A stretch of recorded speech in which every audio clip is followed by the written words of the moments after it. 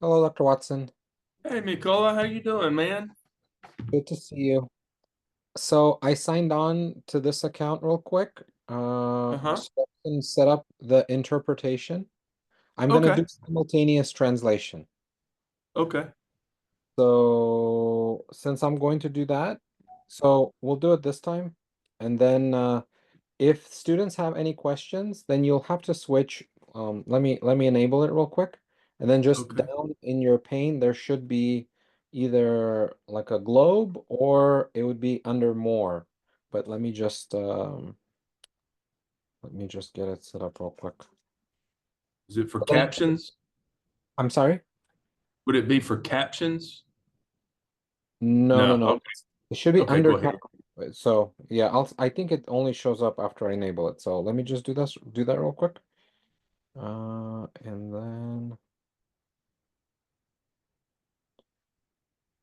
And then so when they will be talking to you, you will just, have to switch to the Okay. English, I think. Or yeah, yeah, you'll have to switch because I'll switch to the English. This ought to be entertaining until we get it all figured out. Yeah. Okay.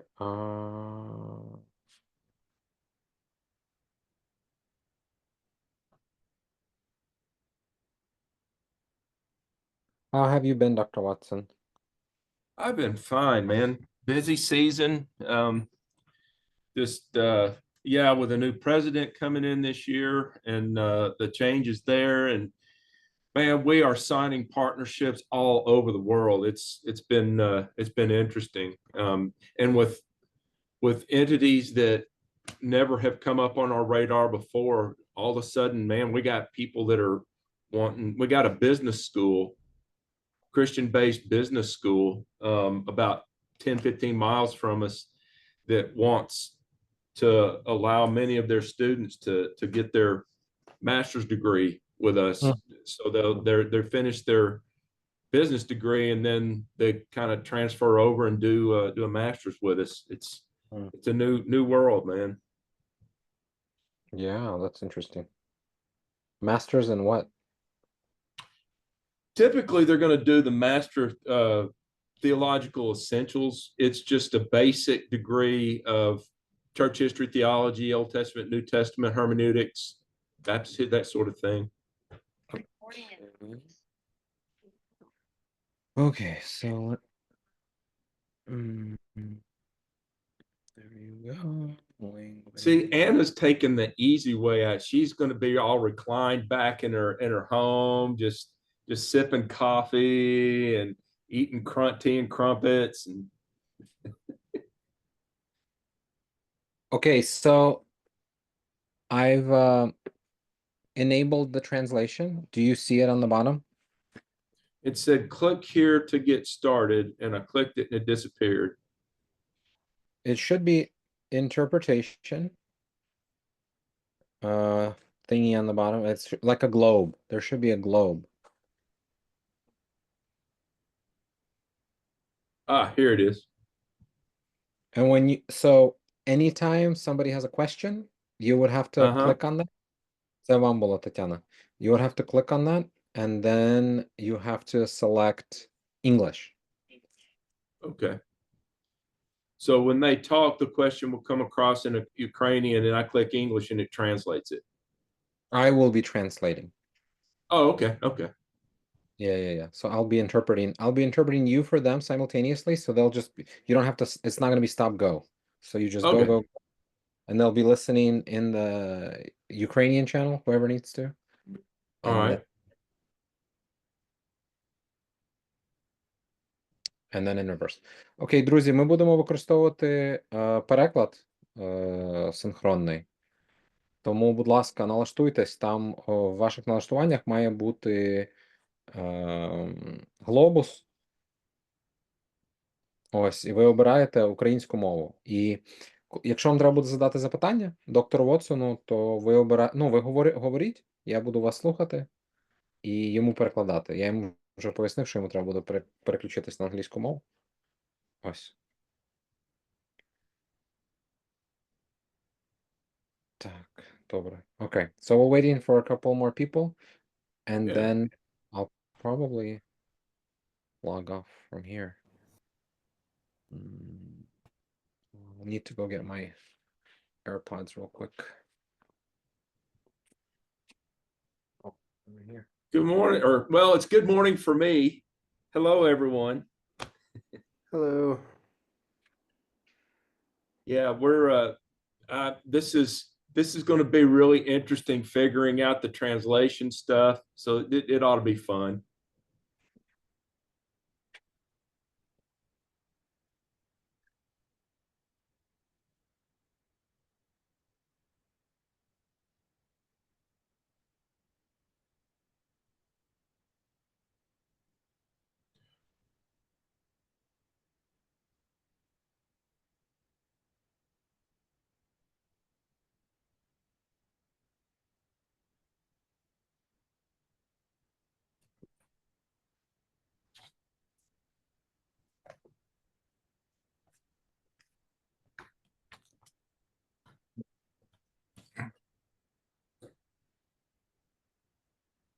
Hey, Alex.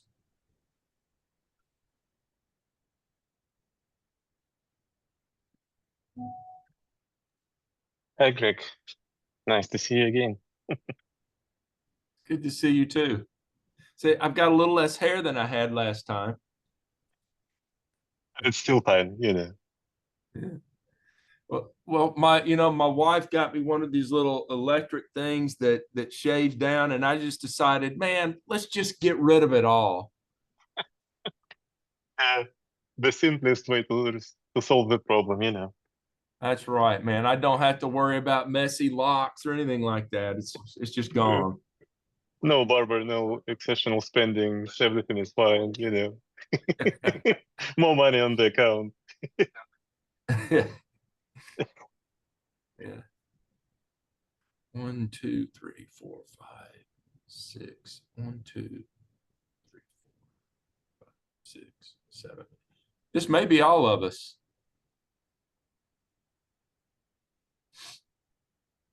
Probably, I don't know. Yeah. Okay, so Переклад, друзі. Артем, переклад. Знаєш, як користуватись? Знаєш, там дивись, в зумі має бути або глобус, або 3 крапочки. І ти там 3 крапочки це більше функцій, і там буде глобус. Переклад. Тобі треба буде обрати переклад з англійської на українську. І потім, коли вам треба буде задавати запитання, я просто буду перекладати. Окей? same to you, buddy.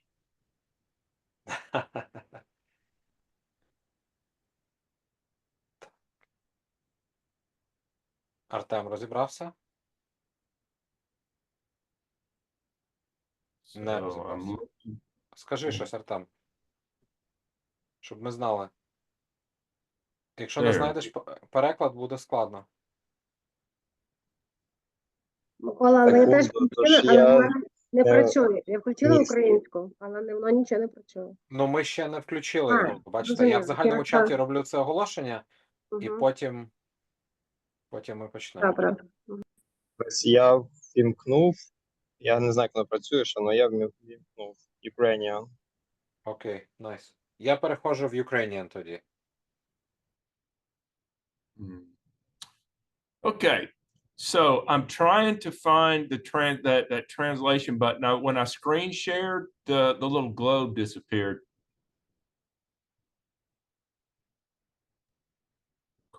It should be under more, Dr. Watson. Is it like 3 Yeah. dots and more? Yeah, it's not.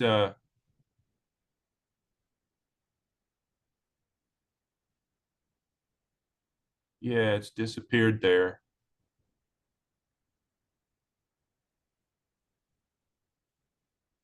Huh. This is weird. Video, audio, remote control, Він show намагається meeting, more. підключити. So let me stop sharing for a second. Yeah, it's back now. So, okay. Well, do you I think see the three dots? Yes, I did. Well, when I share, it Mhm. disappears and it's not even under more when I share my screen. That's really But strange. when I stop sharing, it appears down at the bottom. Okay, well, we'll test it out. We'll see. Okay. Okay. Just wanted to say, hey, welcome. It's good to see everyone. Welcome, the same. Nice to see you again. I have missed you all, and I've been praying for you regularly. I hope you enjoyed Dr. Groza when he was there. He's a brilliant guy. He's really a sharp guy, and I'm telling you, he's been really, really busy this last year. He's trying to get 5 years worth of stuff done in about the first 7 or 8 months, I think, as our new president. But he was really excited, really thrilled with his time there with you guys. I wanted to start off with a little devotional thing. We might not do this every week, but I just wanted to kind of share something that kind of been on my heart. Look, with all the changes going on in the world, the politics, all these things going on, guys, my heart's really heavy for Ukraine. And there seems to be a lot of uncertainty out there about, well, who's going to do what, and in particular, what the future of Ukraine is going to be. And I just wanted to give you a little word of encouragement here. I'm going to be reading from Habakkuk chapter 3, verses 16 through 19. An incredible passage of hope here. But as before I read it, I wanted to share one reason this is really a significant passage for me.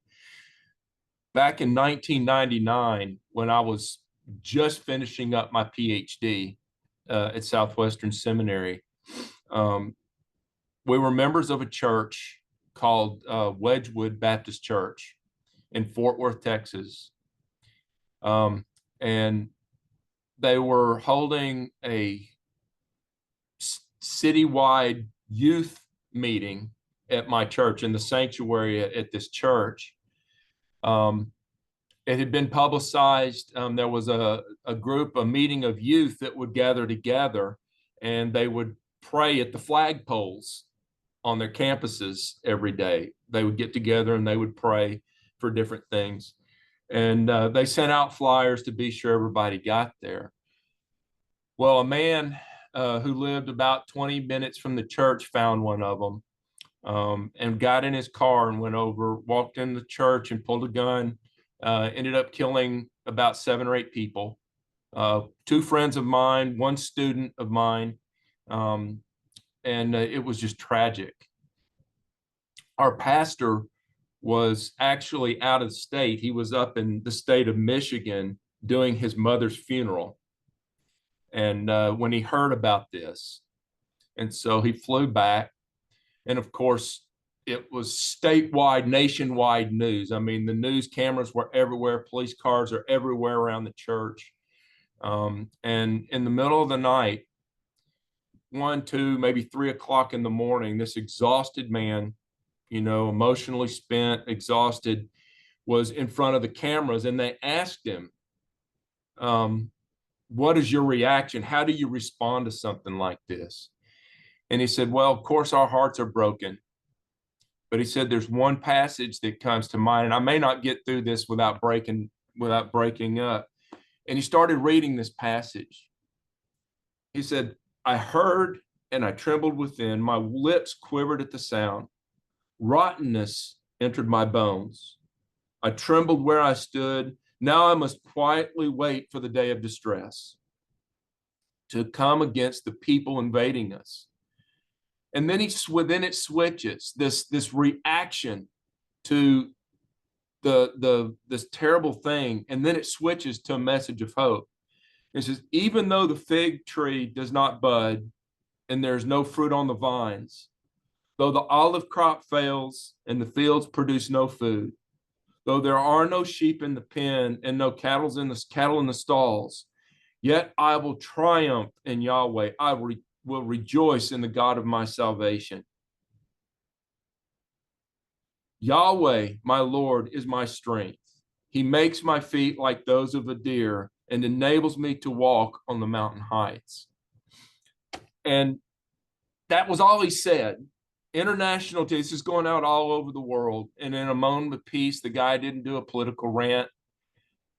He didn't do a lot of things. He just let the word of God kind of pour out of it.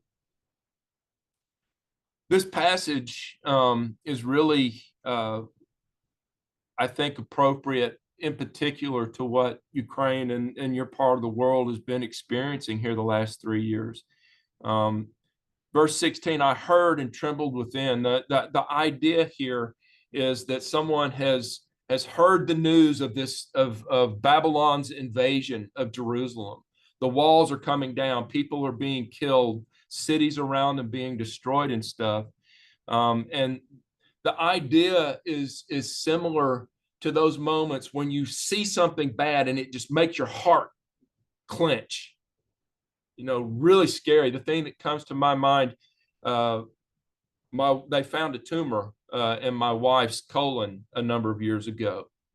And when she found out, we were talking, and I turned and looked, and I looked back at her, and all of a sudden she just clenched. Her eyes went wide. She quit breathing. She went stiff and was just trembling. And all I could do was put my arms around her. But it's that moment, that moment she realized that her life might be on the line here, and it just terrified her. That's the idea in verse 16 here, the absolute horror at what's going on. But the real greatness in this passage is this turn of hope. It says, look, no matter how bleak things look, no matter how bad things look in one realm, you and I are not bound to the movements of this world. We are affected by them. But we've got a hope in eternity that the rest of this world doesn't have. We live in a broken world where people suffer. Politicians come up with broken ideas to fix problems that demonstrate our brokenness. And if we keep our eyes on what's going on in this world and the larger world around us, then pretty soon it's really easy to lose hope. And I love these words from Habakkuk. He says, even if the fig tree does not bud and there's no fruit on the vines, and even if olive crops fail and produce no food and the fields don't produce food, even if there's no sheep in the pen and no cattle in the stalls, I will rejoice. I will triumph. I will find victory in Yahweh our God. And man, it's just my hope that you guys find victory in what Jesus Christ did for us on the cross. And not just on the cross, that we're still dead in our sin and a grave in our sin, but that with the risen Christ, we live new life. And we have new hope, and we bring a hope into the world that they can't gain anywhere else. Before we pray and get started here, I just wanted to tell you that I have no way to understand the confusion, the dislocation, the pain that you guys live with in this, but my heart goes out to you. And I want to tell you, I am so impressed with the pace that you guys are maintaining with this degree program. You've got to be exhausted. As far as I can tell, you have been running at a dead heat for literally a year now. It's impressive.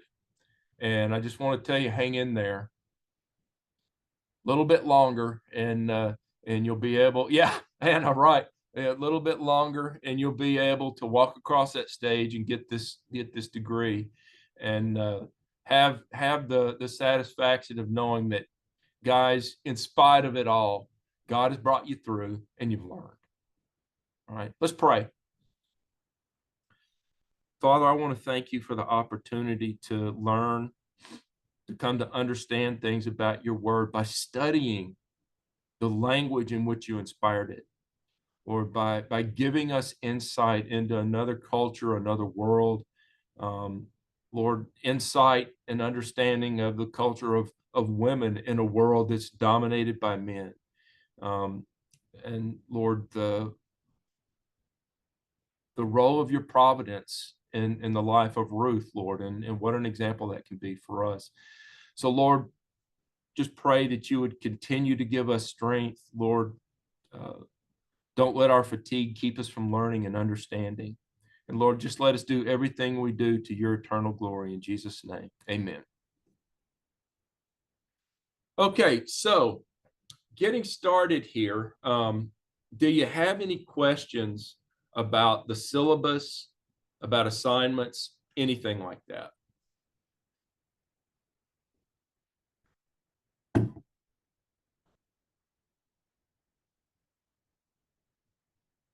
Boy, I did an excellent, excellent job with that syllabus if there aren't any questions.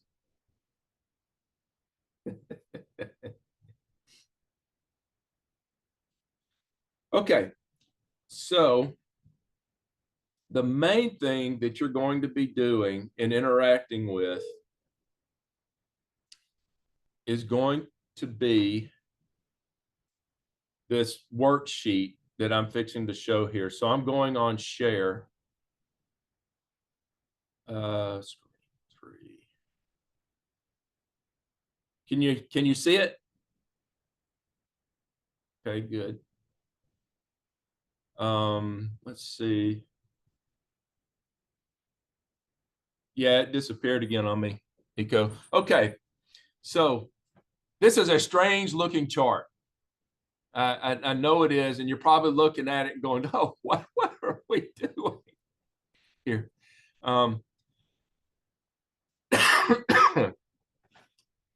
Most of it's very simple. Okay,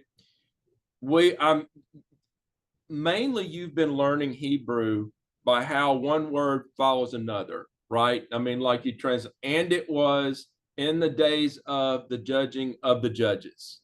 And that's kind of how you've been learning. We're going to make a shift. And instead of just focusing on words and phrases, we're going to be learning about clauses. Now, a clause is a sequence of words where you've got one verb and at least one subject.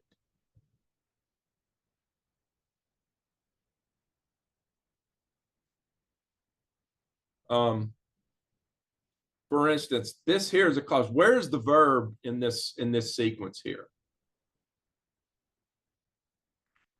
Can you make it a little bit bigger? It looks like it's via he. Can you see that better? Yeah, a little bit better right now. Okay, I'm at 190%. So I haven't got much more room.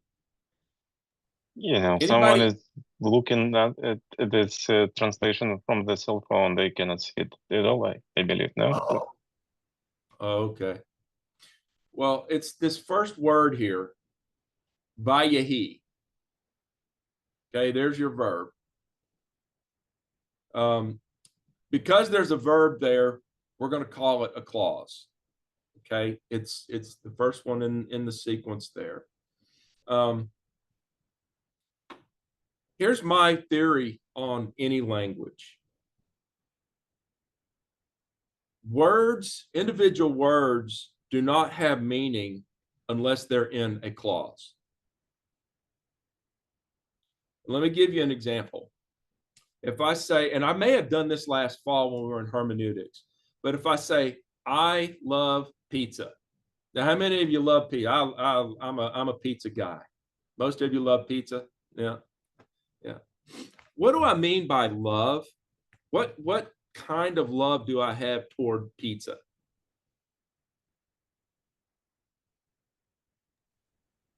I like it a lot. Yeah, it can be different kinds of love, right? If I say I love Kim, who is my, oh, and by the way, there's my wife. That's Kim. Love of my life. I talked about her a lot. But if I say I love Kim, there's a quantitative and qualitative difference between my love for pizza and my love for Kim. Right? But if I just walk up and I say, what do I mean by the word love? What do I mean? Am I talking about the noun love? Am I talking about the verb, the action of love? That's the first thing. But without context, you have a general idea what it means. But until I place it in a specific context, until I put it in a clause, it really has no meaning. The approach I take is called discourse analysis. And what it does is it insists that ultimately meaning resides within a context. And so let me expand a little bit. If I say I love Kim, you have a pretty good idea what I mean. She's my wife. We'll be married 36 years in July. So we've been married 36 years, and I am crazy about my wife.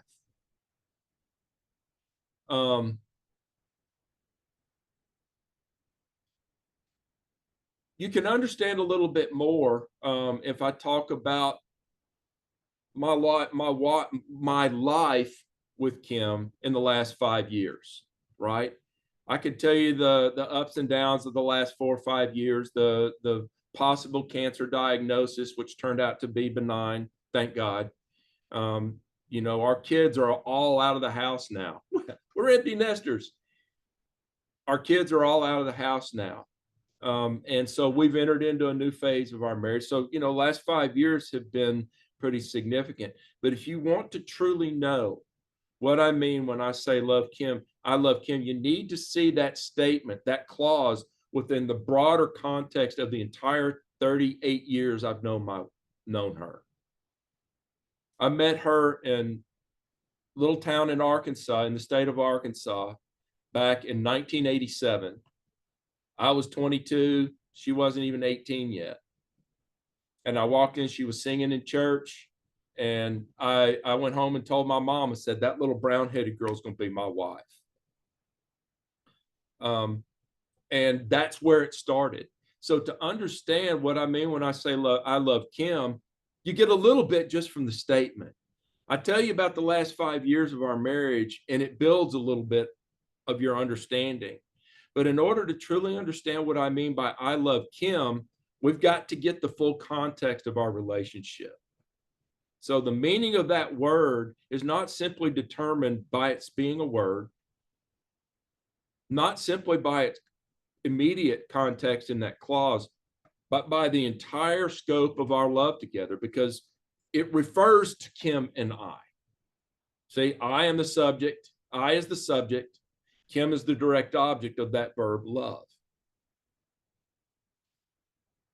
We're looking at the book of Ruth.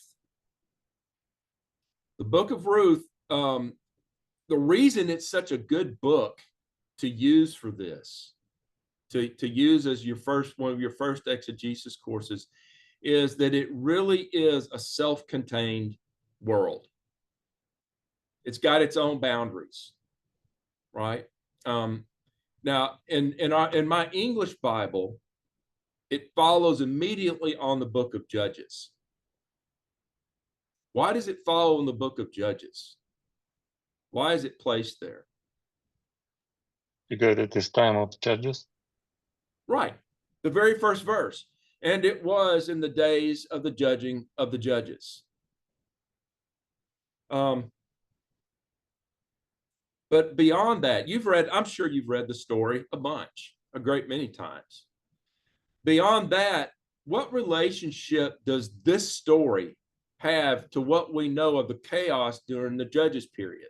I mean, all you have to do is read the book of Judges, and it's chaos from beginning to end. So does the book of Ruth appear to have any real social connection or even literary connection to the book of Judges other than that statement? Can you think of any? In time of chaos, there are still people who worship Yahweh properly, right? No. Yeah, there had to be some people who did. So Yeah. we don't need to doubt. I'm sorry, Alex. Yeah, we don't need to doubt that the events in Ruth took place during this period. But from a literary perspective, there's very little to connect them because this is a peaceful pastoral thing, except for the chaos in Naomi's life at the very beginning when her husband and sons die. It's a very peaceful book. It doesn't reflect that chaos that we see throughout most of Judges. Now, there's a second thing.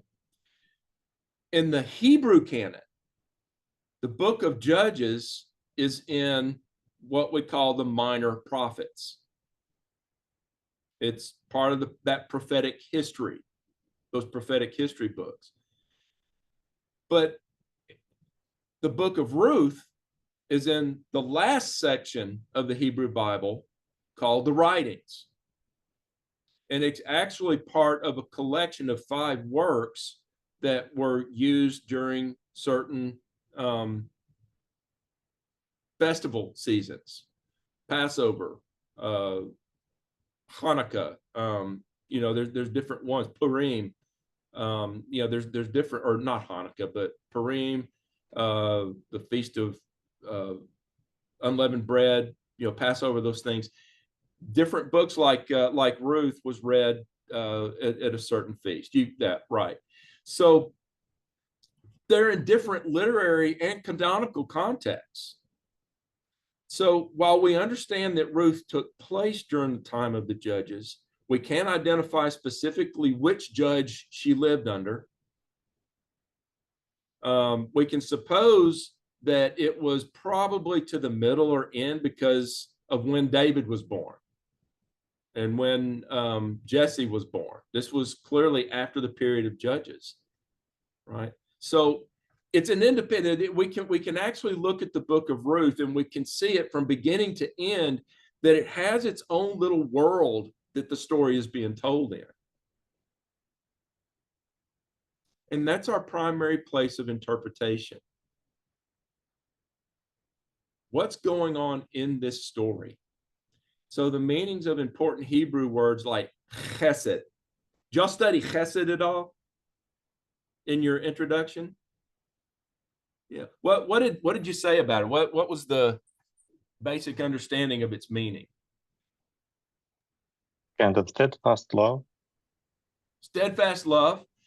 That's typically the translation in the old Revised Standard Version. I think the New American Standard Version uses that one.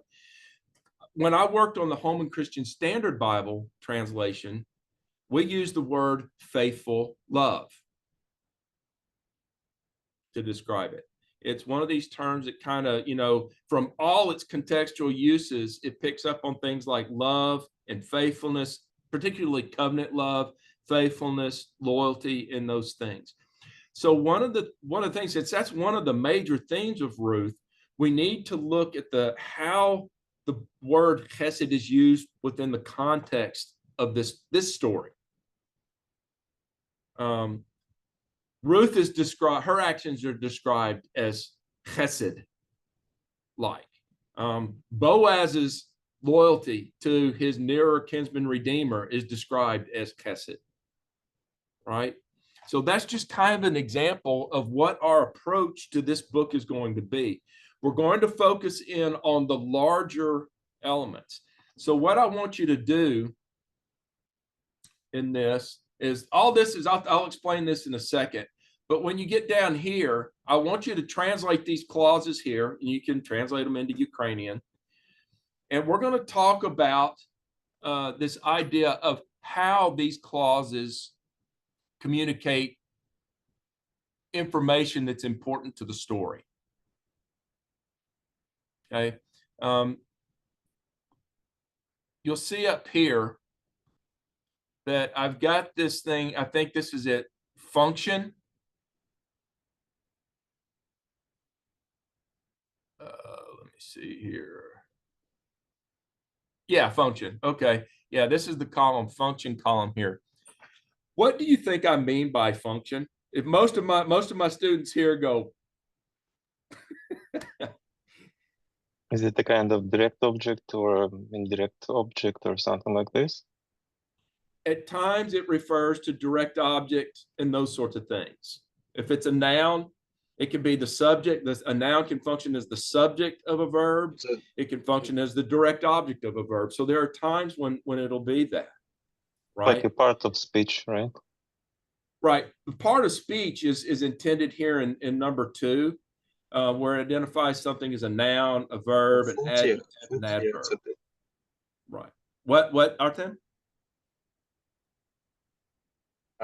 Функція – це як, принаймні, дієслова, якщо вони виконують в якомусь певному виді цього жанру, яку вони виконують роль. Тобто, чи вони, коли ми там говоримо про вейктол, тобто він йде розповідь. Його основна функція – це вести розповідь. І так, відповідно, до інші частини. Не знаю, чи з українською це складається. Yeah, I can hear him speaking in Ukrainian. Okay, so I can try to translate. So what Arkham says is that the functions from his point of view. Fine. Yeah, it's the function from his point of view. It's like when we have a biectal verb, then the function is to hi, Alex. Communicate some kind of Алекс. Yeah. Вітаю, це Микола. Можливо, ви пропустили на початку. У нас є тут функція перекладу. Ось, тому, коли доктор Вотсон викладає, я його перекладаю синхронно. І, відповідно, коли наші студенти говорять українською, я намагаюся перекладати так синхронно також. Просто в нас було питання, доктор Вотсон там загубив кнопочку оцю інтерпретація. Ось, тому я чекав, поки Артем закінчить, щоб запитати в доктора Вотсона, чи він мене почув, чи ні. Добре, бо він сказав, що зрозуміло, бо він сказав, що він чув тільки українську. Тому я витримав паузу і потім просто зараз у цей момент випрацюємо, як ми будемо переключатись, бо йому треба, я так розумію, йому треба переключатись на English channel. Я не знаю, насправді. Окей, добре. Тому він сказав, що він мене чує, тому так. Просто ми вдвох говорили, бо я бачу, що ви в загальному чаті, і виходить, що ми вдвох говоримо, розумієте? Питань нема. Окей, все, добре. Вибачте, друзі.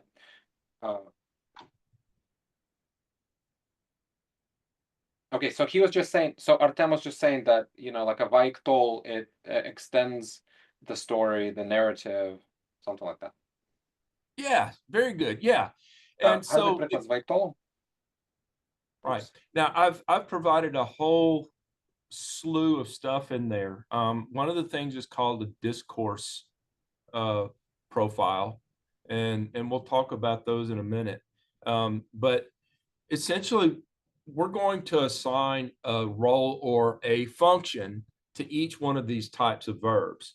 Like the vayiktol, which Artem was talking about, the vayiktol is used when Israelites told a story to refer to events that took place in the past. And that's its role. That's when you say a vayiktol, somebody is telling about events that took place prior to the moment that they're talking. So the narrator uses a vayiktol as the framework for his story. And just kind of a summarizing thing, a series of vayiktols would be something like, and he said, and he went, and he ate, and he went to work, and he slept. Right? That's a sequence. That's a framework of a story. That's what we would call the main line. of the narrative. But you need more details for it to be a story. So other types of clauses, and this vayahi clause right here is one of them, are called off the line because they stop the forward progress of the narrative in order to give details about the story, about the people, about the actions that they take, about the things they say. Those things are placed into the narrative, and they're what really flesh out the story. Think of it like this. In a narrative, the vayiktols are like the skeleton of the story. The main line is like the skeleton of the story. It's what moves the plot of the story forward. The off the line elements, like the vayahi clause, are what add details in it. When something happened, what was going on at the time something is happening, why certain people act in the way they do. You know, off the line things are what really flesh out that framework, that skeleton. It's like where you add the muscles and the sinew and the organs and things that make the story come alive. Any questions about that?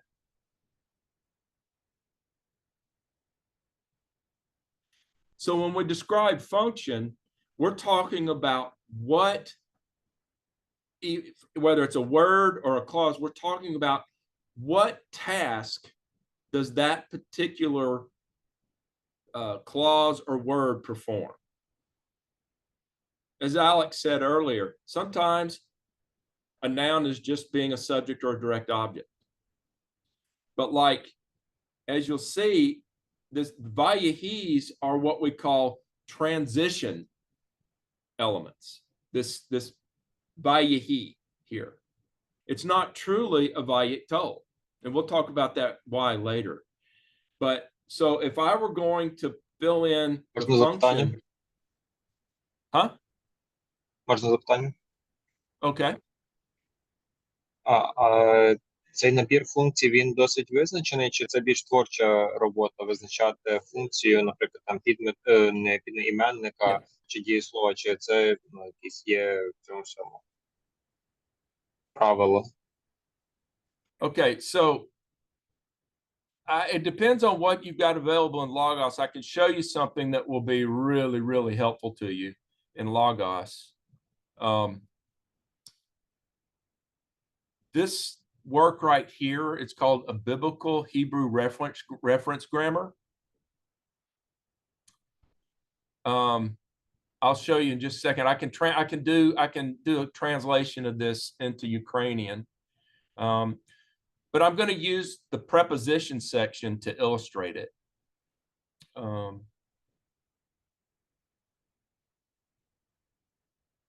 There you go.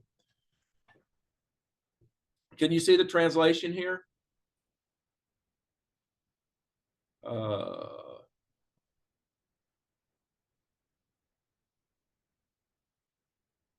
was going to float it. Okay. So the preposition, let's go to the preposition ba here. Y'all recognize that preposition? The typical meaning of it is in, with, or by, right? But you'll see that depending on what context it's used in, it means something different. Typically, it indicates location.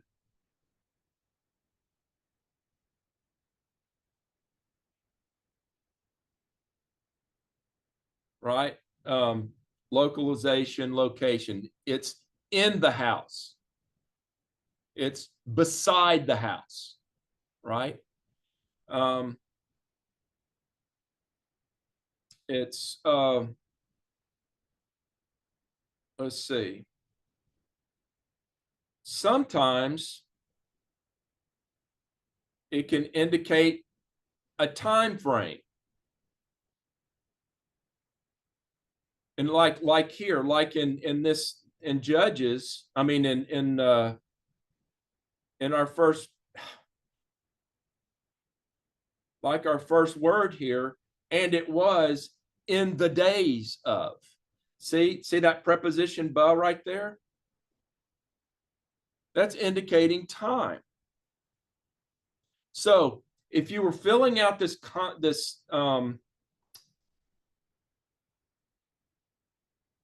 filling out this chart for the function there, you could say, here, let me do this. You could do something like temporal.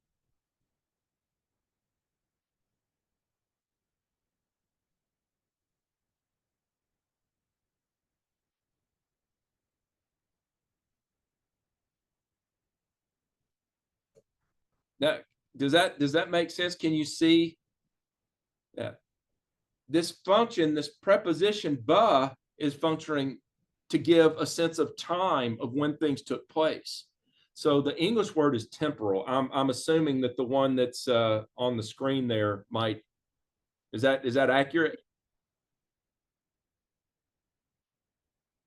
No, because of the different Oh, okay. shades of meaning Okay. of the word temporal. It did temporal like it was, you know, like only for a certain amount of time, not temporal as in related. Oh, I can just imagine what these footnotes look like. That's why I provided it both in the footnotes in both Ukrainian and English. There's a lot of good information in these footnotes, by the way. But yeah, what I want you to see is there's a difference between the way a word looks, what you do when you're parsing, right? This is a verb. The stem, it's a cow.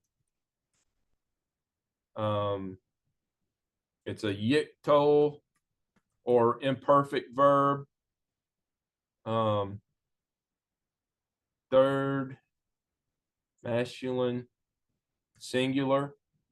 And then its root is going to be haya.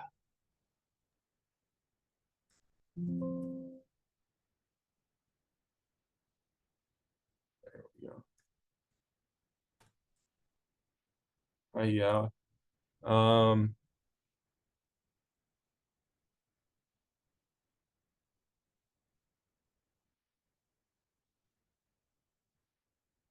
And then this additions here, do you see the vav consecutive on that word? See the vav there? So I'll do this.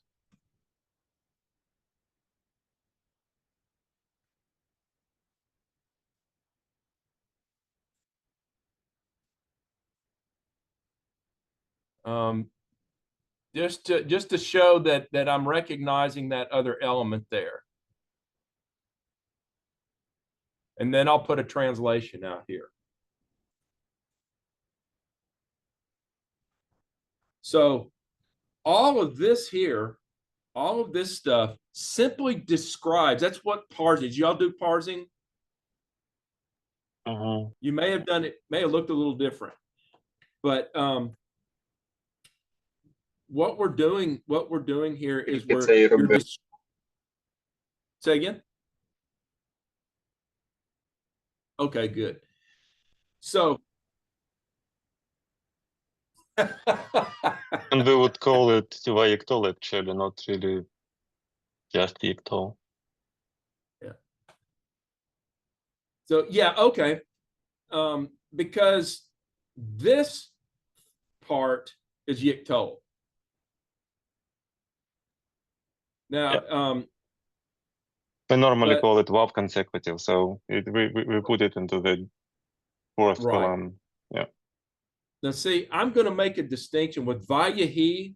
Vayahi is not a true Vayiktol. And here's why. Even though it's got a Vav consecutive and a Yiktol, but here's why it's not.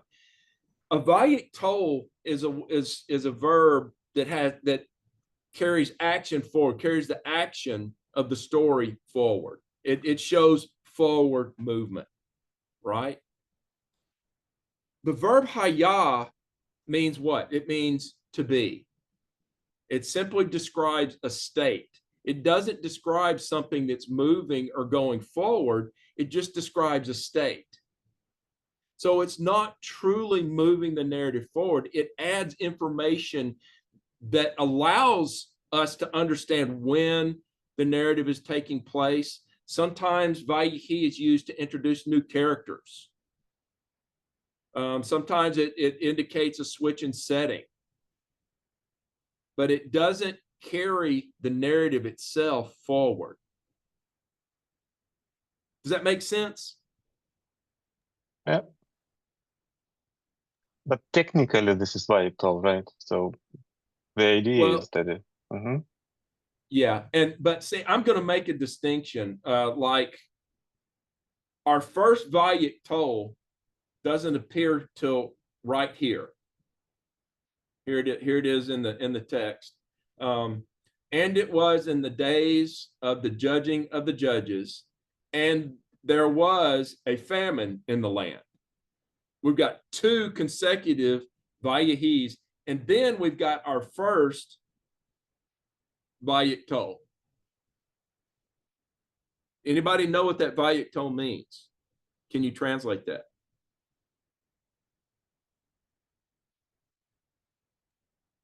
You mean translate what the word Стала, Vayiktol? все буде ходити, значить він пішов.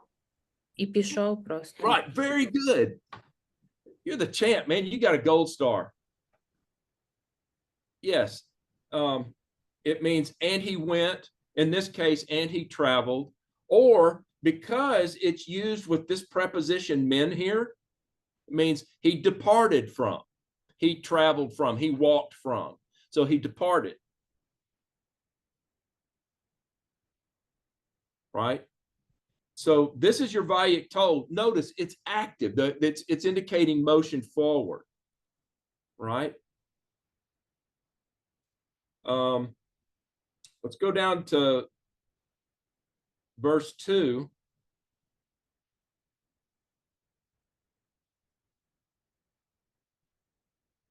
Here's the second one.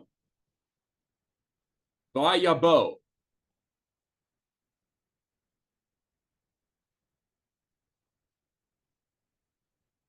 Anybody got a translation for that? І прийшли? Чи ні? Yes, gold star for you too. That's excellent. And he came. So our two Vayiktols are, and he departed, and he came. All the other verb forms and stuff in between, even those first two, and it was, all of that is giving us information that's important to that move from Bethlehem to the fields of Moab.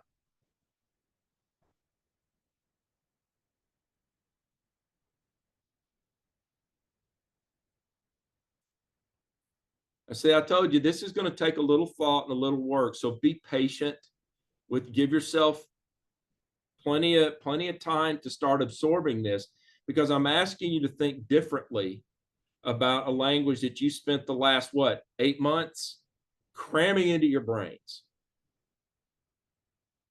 It's a language that you understand. I'm really impressed with what you know. And I'm sure that you don't feel like you know hardly anything. Am I right? Yeah. To some extent, yeah. Yeah. Well, see, and that's the way it ought to be. It would be like me taking a crash course in Ukrainian and trying to come and converse with you. At best, I would sound like a 1-year-old infant, right? Just trying to get my words together. So don't feel like you have to be able to grasp. I've been doing this 30 years. I've been working with this language for 30 years, for most of my life. So these things kind of come naturally to me. The second thing that I know you got to contend with is most of you have never stopped to break things down in terms of the function of words. When you say a sentence in Ukrainian, you don't even have to stop and think about what's the subject of this sentence, what's the verb, and what's the direct object. It just goes. It just comes out. Well, I'm asking you to slow down and stop and think about those categories. You don't think about the nature of the verbs that you're using, whether it's what you just use the verbs, right? It's language that comes. So we're taking a more functional, or what's called pragmatic approach. We're looking at it and we're breaking it down, and we're stopping to look at how the language actually communicates. And so what we're going to be doing here is we're going to be looking at how did an ancient Israelite tell a story?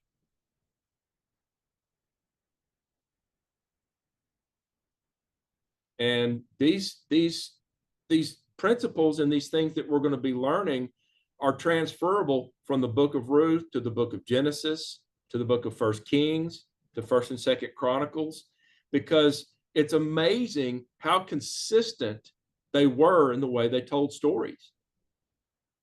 Even though from Genesis to Chronicles, Chronicles was the very last book of the Old Testament written.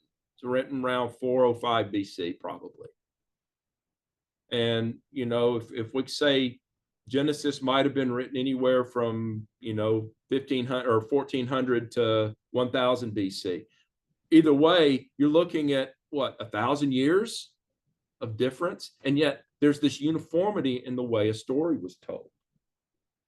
There are some differences and changes and stuff, but what you're going to be learning with this is transferable to just about any type of narrative in the whole Hebrew Bible.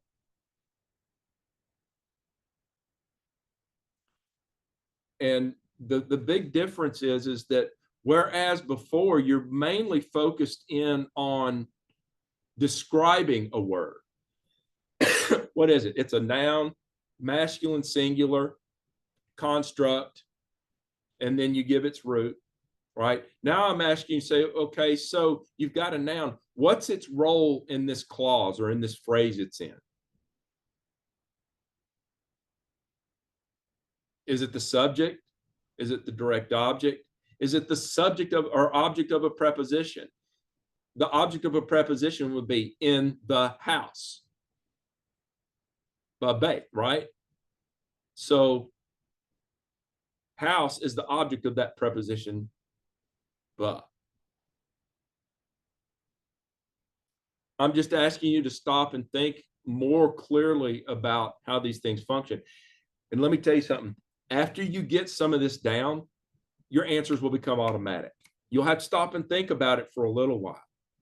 But at some point, when you see the preposition ba with a noun like house, like bayit, ba bayit, or ba bayit, in the house, you'll know automatically, oh, it's location.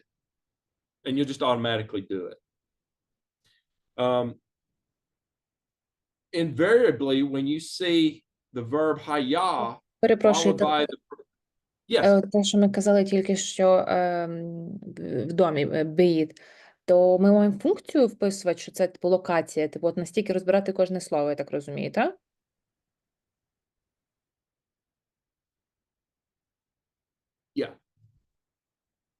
yeah, as best you can. And now to answer your question, Artem, yeah. Maybe it was Alex or Artem. This, at some point, I don't care if you use what word you use, as long as it's a word that describes the function you see there. Right? I haven't got a list of words that are prescribing for it. When I use the word temporal, I mean, it's indicating the time at which a certain event took place. You may have another word that you think is better. And so if we put here I time, it will be fine as well, right? What'd you say? If we put there just time, it will be also fine. Oh, yeah. Oh, yeah. And look, I can discern what you mean. I've got translation stuff, and I semantics are kind of a thing that I do. I'll be able to figure out what you're saying, right? And so, look, my students struggle with this when I teach it, because they all want to know, what's the word? What word should I use? And they're, and I just say, look, what do you think? Ultimately, language is a very personal thing, and how you understand and comprehend it comes down to your background, to your understanding of the way language works. Right? I'm giving you a big framework here, and I'm perfectly glad to have you figure out how your understanding fits into that framework. So you got a lot of leeway. You got a lot of leeway in how you do these things. I'm not going down with a list of saying, oh, nope, he left a period out of this, and nope, he didn't put an apostrophe on this word. I'm not looking at that at all. It's very conceptual, because language is built on concept, on communicating ideas and concepts.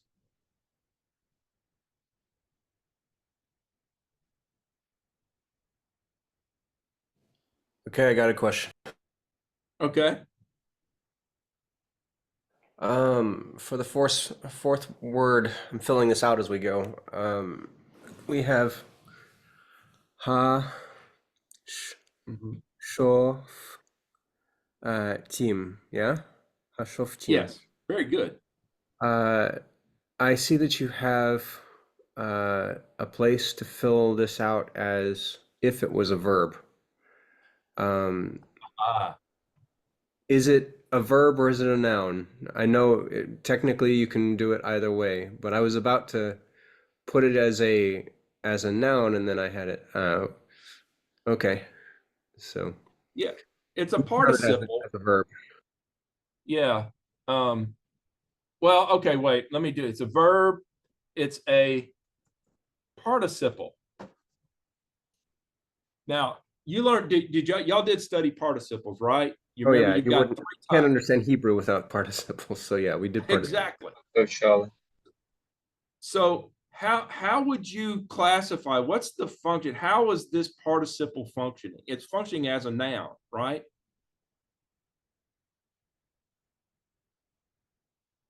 But it's a substantival participle. So you've got the adjectival participle, you've got the predicate participle, and here, this is an example of a participle that's functioning as a noun. Well, to some extent, it describes the kind of years. So the years were when they were judging people, right? Who was judging. Yeah, let me read it very literally. Now, this will be very literal in English, but and it was in the days of, because that's your noun, your masculine singular construct. From Yom.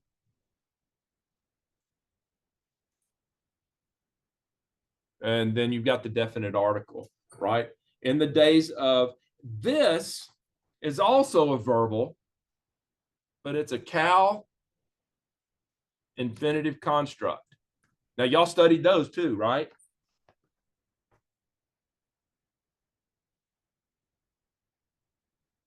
And it was in the days, and literally in the days of the judging of the judges.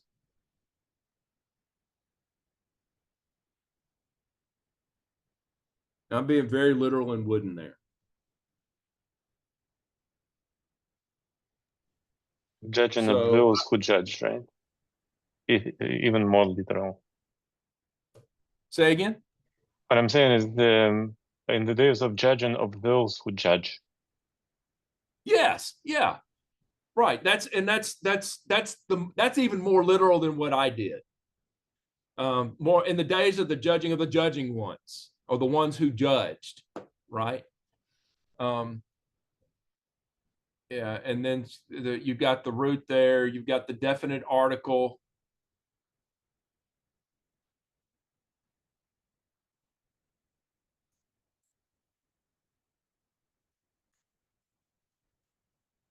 article, and it was in the days of the judging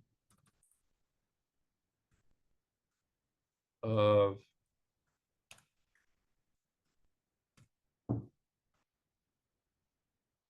the ones who judge. Okay, but if someone, well, for example, if I will take like this shofat, like a noun, and describe that this is a noun, definite plural masculine, it will be also okay, right? So If I'm I not didn't go quite- from, if I'm not go from the call participle, if I just saying it is a noun, Mhm. will it Okay. be also correct or not? Yes. Yeah. Well, yeah, it would be fine because, but you're defining its function there, Mm-hmm. right? I mean, you're by translating it, just the judges, Judges, yeah. you're indicating its function in your translation, right? Mm-hmm. And that's why I had, and it was in the days of the judging of the judges, right? Mm-hmm.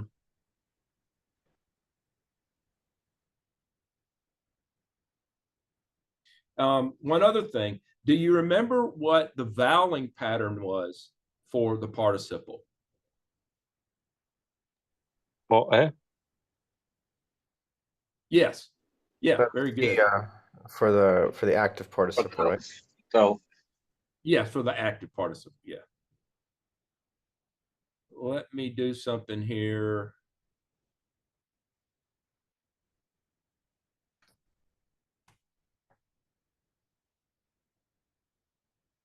Ah.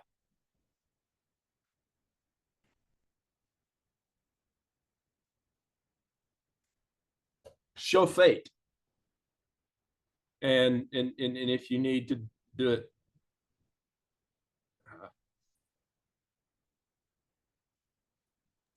it's Holland, yeah. Okay. yeah.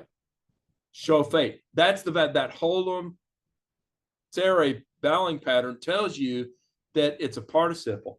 Now, here's a good fact to know. A great many nouns in Hebrew are actually originally participles. It's a natural move, right? It's a natural thing to do, to take a participle, a substantival participle, and just treat it as a noun. And the reason we know this is a great many of the Hifil participles and I believe the PL participles have a mem on the front with the either the vocal shava or whatever, but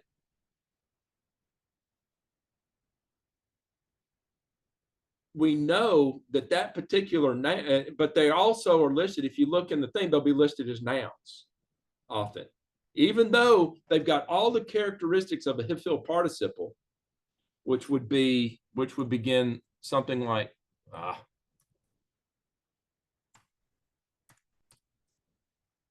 this. The Hifil participle would begin like that. PL participle or Pual participle would begin like that. But you'll find there are a great many nouns that begin this way. And they're not listed as participles in the lexicon. They're listed as nouns in the thing. But you can tell that the noun was originally a participle.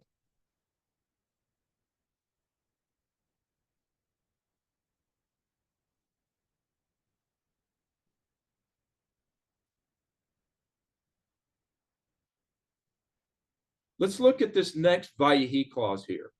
And by the way, this is not due, I don't believe, until the 16th of March. It's due a week from Sunday. So you got plenty of time.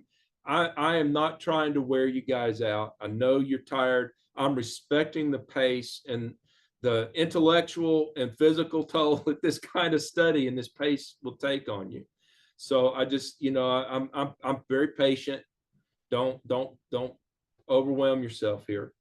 But there's a second Vayehi clause, right? And essentially, all you have to do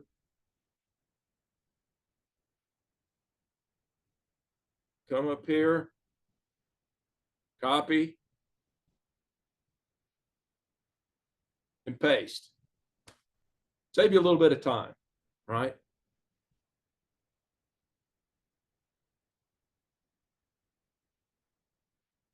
The second one says, and there was a famine in the land. Now, let me ask you, okay, by the way, what's the function of that preposition "ba" right there? Location. Location. Right, it's location. Now, there's also a function of location that's kind of interesting. If I use it in the eyes of the Lord, it's location, but is anyone really standing in the eyes? Well, in fact, as far as it goes, does the Lord actually have eyes? So it's kind of a metaphorical use. We know what it means. We understand what it means conceptually, but communicating. So there's kind of like this metaphorical location kind of answer you could give to function. That makes sense? Okay. So there's a difference, though, between how this Vayehi functions and how this Vayehi functions. And I don't intend, you don't have to get this specific. This one is temporal. It gives us the general time at which the events in this story are going to take place. The second one gives us the specific circumstances under which Elimelech is going to leave Bethlehem. So the first one is temporal, right? The second one is what I would call circumstantial.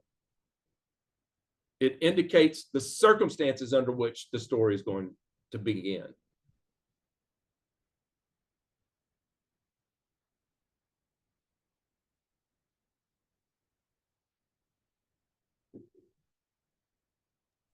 But this is circumstantial. The clause at all, overall clause, is circumstantial, right? Not really be'eretz. Yeah. So you could do this. Well, temporal is kind of covered by this one here. But here you could put transition.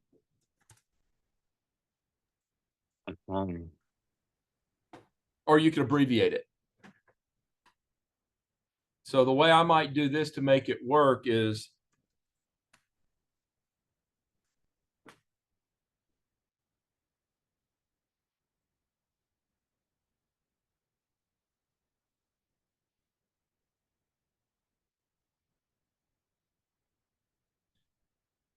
let me ask you another question about this verb vayehi. What is the subject of either one of those? What's the subject of this first one here?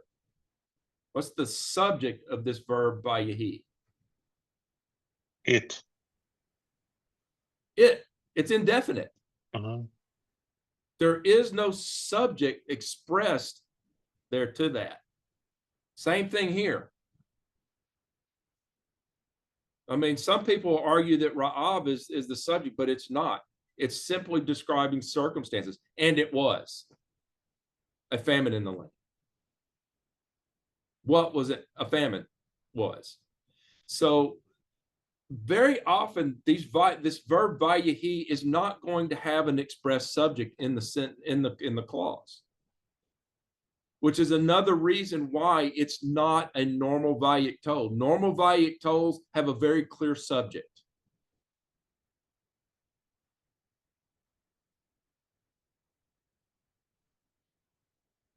So yeah, so vayehi has an indefinite subject.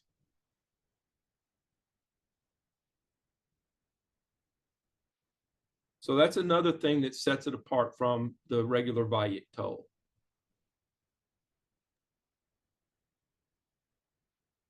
Because when we look at this, oh, go ahead. Це більш технічне. Ми корінь можемо писати англійськими літерами. Ну, в мене немає шрифта, типу, цього іврита, я навряд чи так напишу. А ти можеш поставити, але насправді воно буде дуже важко. Ну, я собі поставив, щоб воно вчитувалося, але Yeah, писати, write типу, it. я навіть не знаю, як це. Yeah, write it. Yeah, if you download the Yeah. free, if Let's you copy. download the free version of I Logos, have. okay, if you Yes, download I that, have Logos Center. oh, well,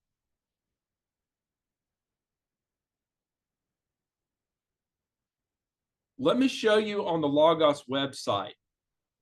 So if you go to the Logos website and type in ancient language keyboard,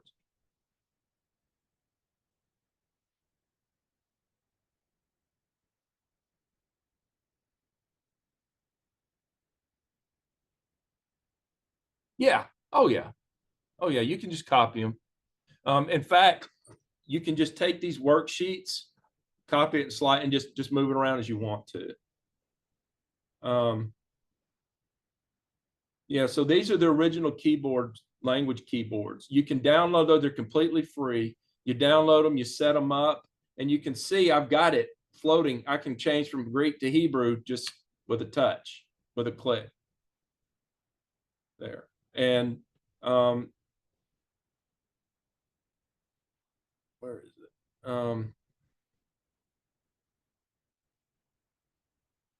Why am I not getting my folder? There it is.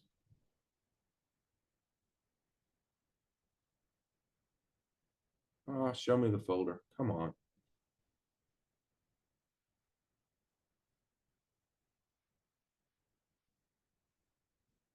Oh, well, it won't show me the folder, but it comes with a printed keyboard, a printable keyboard thing. I've got it right here, but you can see that it has the keyboard layout where all the Hebrew characters are on there. I don't know if it's in Ukrainian so much, but still you can figure out it's laid out pretty well. They're really good. They really work well. For Macintosh users, yeah, the Hebrew keyboard is really perfect, works as, yeah, so. Yeah, good, thank On you. Macintosh, Yeah. I don't need anything additional stuff. I have a on-screen keyboard, which works just to. Good. Yeah, and whatever works, whatever you find that works. If cutting and pasting is better, that's great. Whatever it takes. Or just handwrite it. I'm perfectly fine with handwrite it. Just when you go to submit your homework, save it as a PDF and then upload it. Because those of you who use the Hebrew thing is what you'll find that or what I experience is if you don't save it as a PDF, when it gets in there, when it transfers over from Word, it scatters the Hebrew all over the place. It's just absolutely unreadable. So yeah, save it as a PDF and then upload it.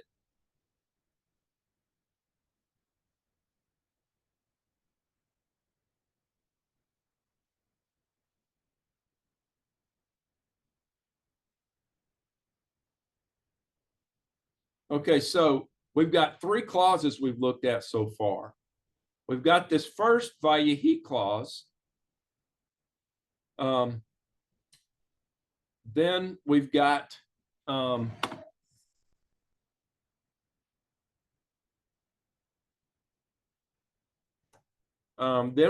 second Vayehi clause here. And then we've got our first Vayiktol clause.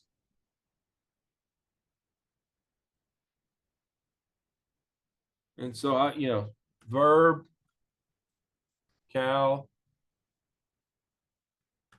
yiktol, again, it's third, masculine, singular. And for this, I just put Vayiktol because I understand what a Vayiktol does. That's the only function I need to indicate for it. Okay. And it's from the verb halak. And again, it's got the Vav consecutive. And he went.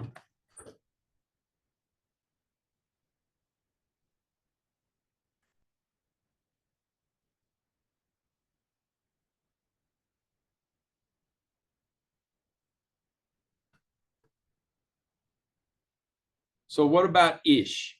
Anybody want to walk me through how you would put it in each of these?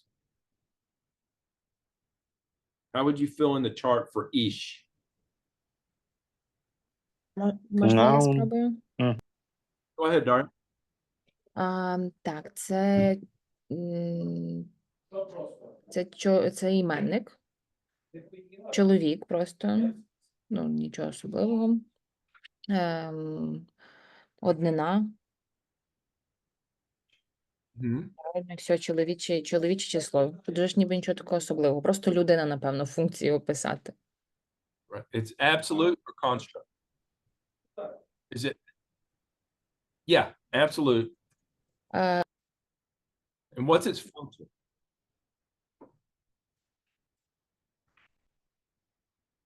Я думаю, що це просто як людина, тут навіть, ну, просто людина. Підмет, Не напевно. знаю. Мені цікаво Right. просто як описати, просто It's людина. the subject. Сам Підмет, ну.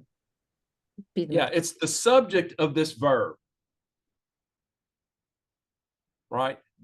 That's its grammatical function.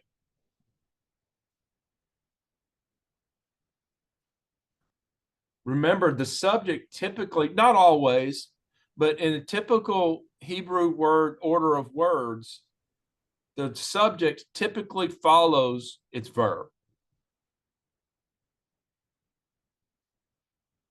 So, and he went a certain man or a man.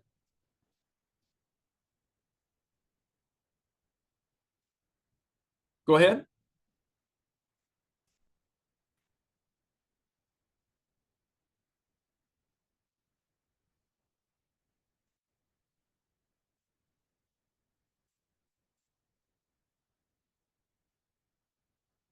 Do you know why I put certain in there? No, because it looks like it is indefinite. Yeah, it's in that, and that's typically why I put it there, because it's not it. We don't find out it's a particular man. It's just, and there was this dude, to put it in good English slang there was this dude that left Bethlehem.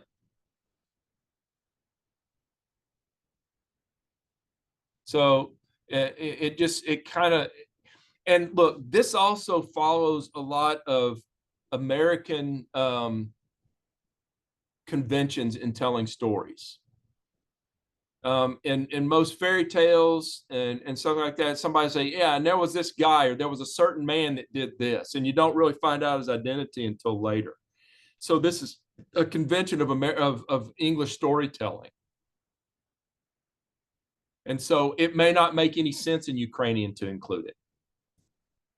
But if you were translating it into Ukrainian, if there is something similar, you might use that. If there's a typical storytelling convention in Ukrainian, it would be perfectly appropriate here.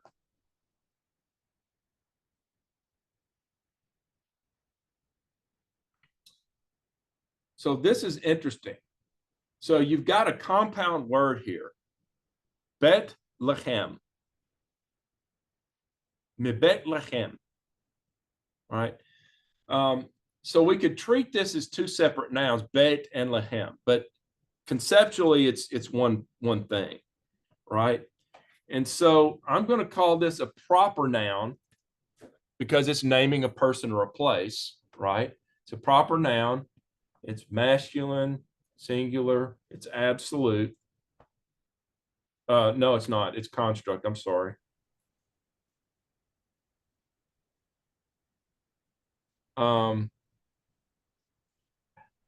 Yeah, and then we'll just go ahead and put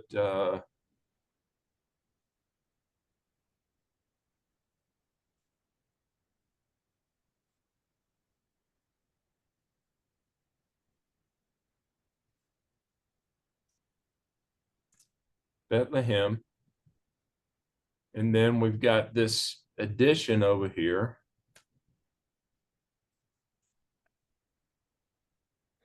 Quick question on Beit. Uh-huh. Was it doesn't look like there was any change in vowels to make it construct. Does Beit normally have a change in vowels to be construct? Yes. Bait typically is, let me show you. Come on. There we go. It's typically,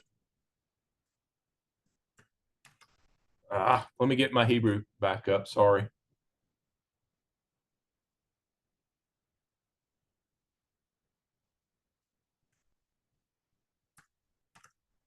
It's typically bayit. Yeah, I forgot. Yeah. That's all right. So yeah, in this construct, the construct form is bait. You notice you lose the aleph yod, I mean the pathic yod thing, and it becomes a Sarah yod. There. But if this is a proper name, there cannot be a construct change, right?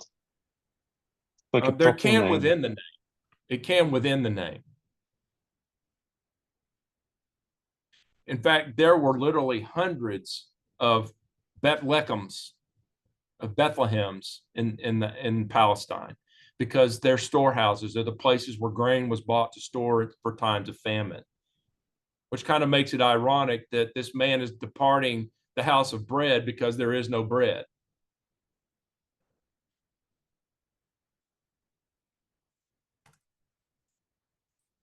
And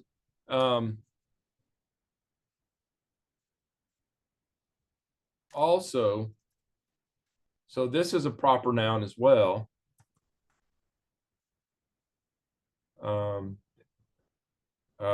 Masculine, singular, absolute.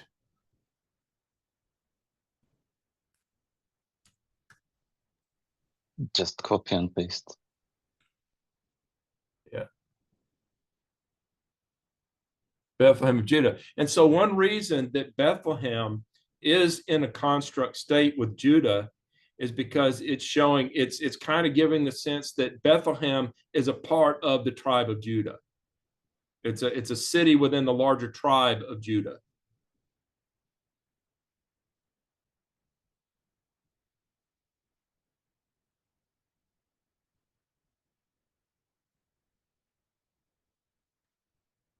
You know, we were told that proper names are all the time absolute, right? Yeah, and you know, generally that's true. Yahweh. I mean, you'll never find the proper name Yahweh in construct with anything, right? But you will find Baal in a construct. Mm-hmm. Like a proper name or like a master? Well, there's Baal Peor. Baal Peor, Baal, the Baal of Peor. Yeah. So look, here's one thing to remember about language, grammar, and syntax. It's got rules, but the best speakers of a language are not the ones that follow the rules wholeheartedly. The best communication takes place when we break the rules. Right. And while that drives a student up a wall, and because look, you really haven't been exposed to the exceptions very often in the last 8-9 months, have you? You've been said, no, these are the rules. And you come into this, you're expecting the rules to follow. They will, for the most part, 70%, sometimes less. The further you get away from narrative, when you get into direct speech, for instance, people don't talk in precise. We get slangy when we talk, don't we?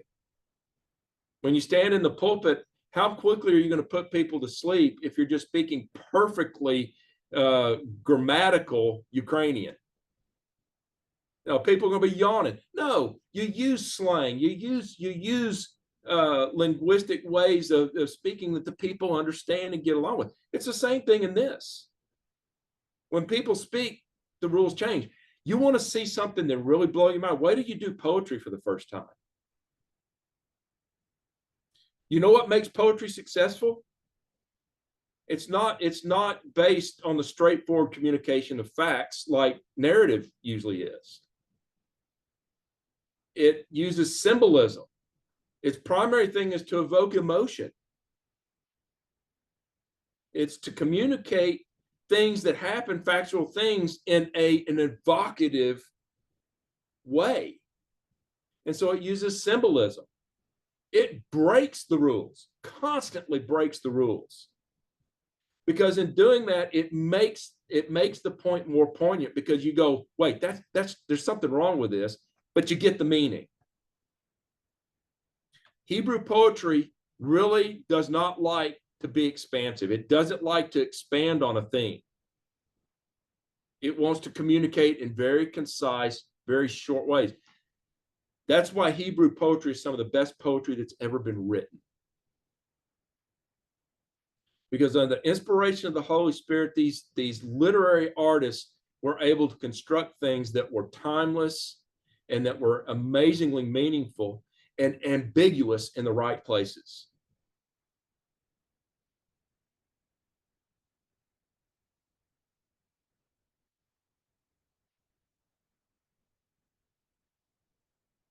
So yeah, you can, you need to operate off of the rules you've learned, but when the rules get broken, don't be surprised by it.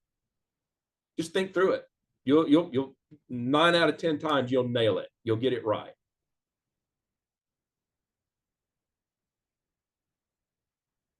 But do you see what I did here with the function for this preposition, particularly men, source or origin? Can you explain to me why I picked that as the function of men there?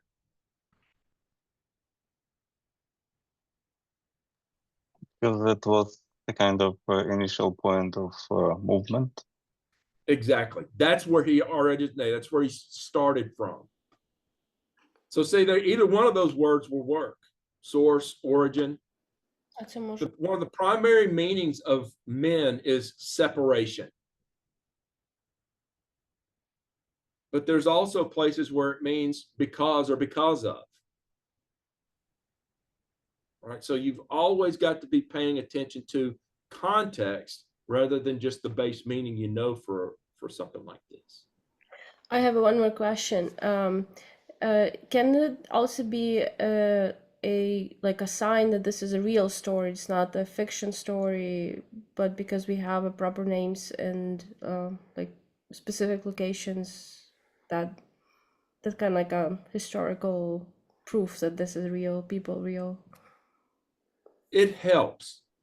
I mean, it certainly helps to have these known place names created, but most of the fiction that you read these days does the same thing. So, I mean, there are times when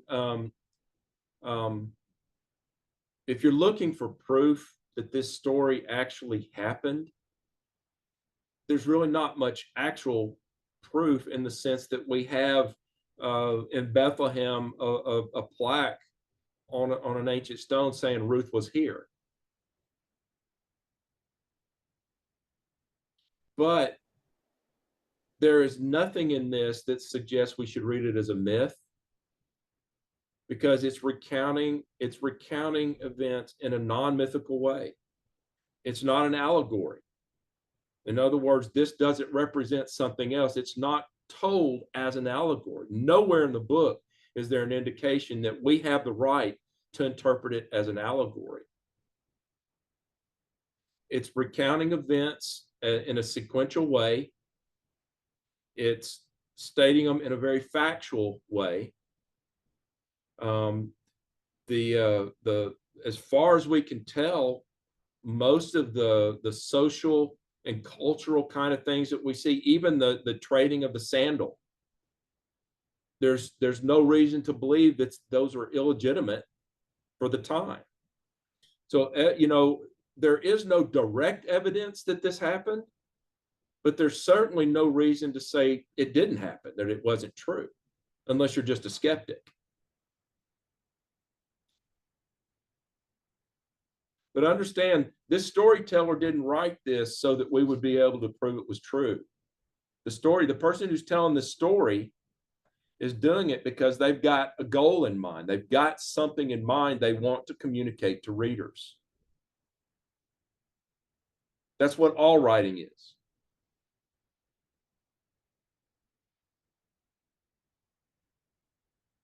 And for me, the fact that they tie it to David kind of gives us kind of gives us a sense of when the final form of this story was written. It had to be during or after the life of David, because David becomes king, right? And we're told that in the last few verses of the story. So that gives us a terminal point for it.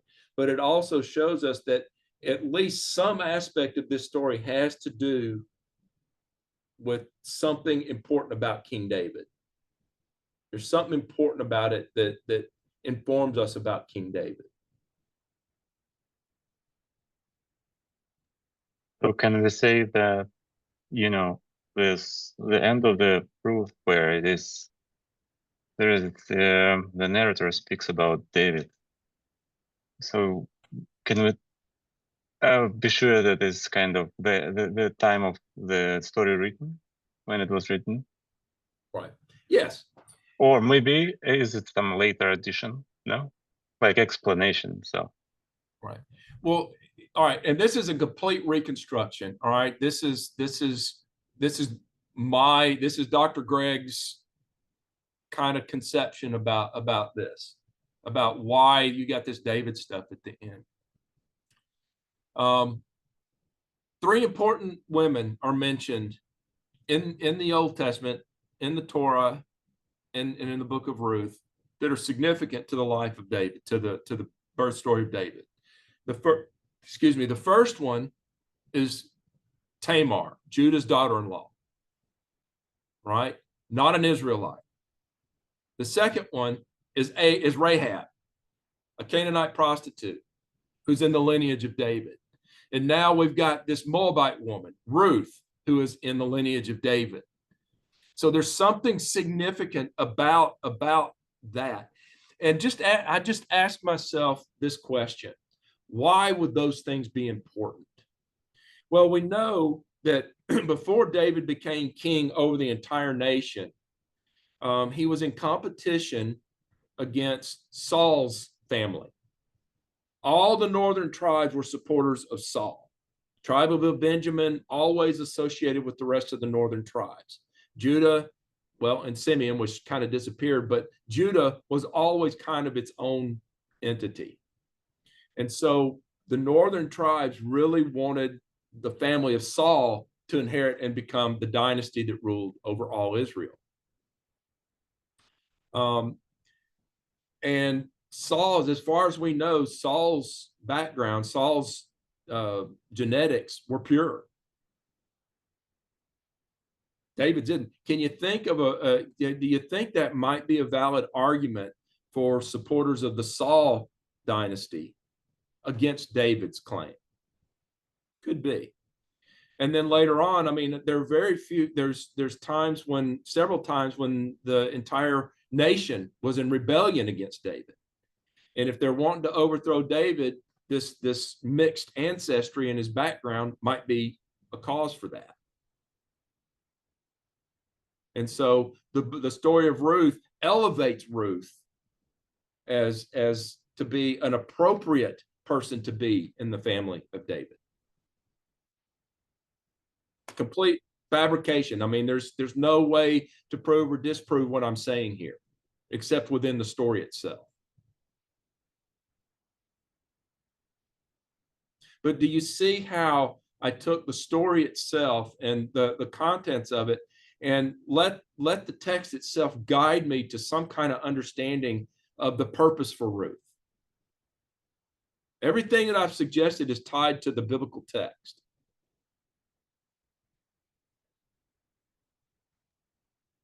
Ви схильні до більш раннього написання, дати написання даного твору за часів ще Давида чи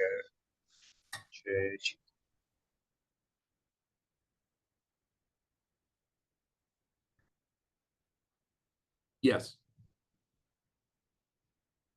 Yeah. I don't think it's okay, look, the story itself definitely predates David, not by much, maybe a century or so, but the story predates David. But that's not necessarily the form, that earlier form is not necessarily the form we've got it now. I would argue that in virtually every Old Testament book we have, we see shaping that took place after the events that are recorded there. It's just a natural, I think it's just a natural part of the process of inspiration, of getting to the text, the final text as we have it. So it looked like a verbal tradition, and then later it was shaped to the something written, right? Yeah. Well, that's hard to say because number one, I don't believe that literacy was as bad, was as low in the ancient world as a lot of people claim. I think there were a lot more people that could read and could write at some level. And I don't think oral tradition is all that untrustworthy, especially not in the ancient world. When communicating information effectively and precisely is important, your memory, you've got to remember stuff the way it was intended to be communicated. And so, yeah, I think that's a huge aspect. I think there was a lot of oral tradition there, but I think it was very quickly written down. I don't think we had these large, huge gaps in time between when events occurred and when they were written down. At least not always. Listen, I'm going to ask for your patience for a second. I need to go to the little boys' room, or I'm going to embarrass us all here in a minute. So if you can just give me a minute, I'll be right back. No way. Stay here. Okay. All right. Be right back.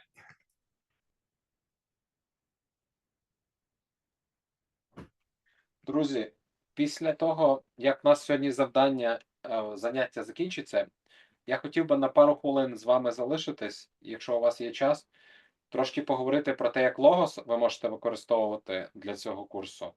І я в папку коментарі Ruth, по тому посиланню, яке я дав в групі нашій, я додав декілька ресурсів, які зможуть вам допомогти.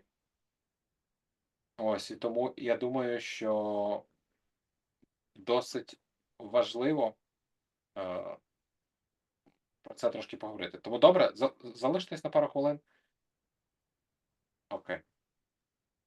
А Микола, це в цьому, в даному зумі А ми до котрої так. працюємо взагалі? Ну, наскільки я пам'ятаю, мало бути до 8-ї, ні? О, так, Девід, ти пам'ятаєш, що там? там мало бути до 8-ї. 8 хвилин назад. Микола, а ще Окей. запитання.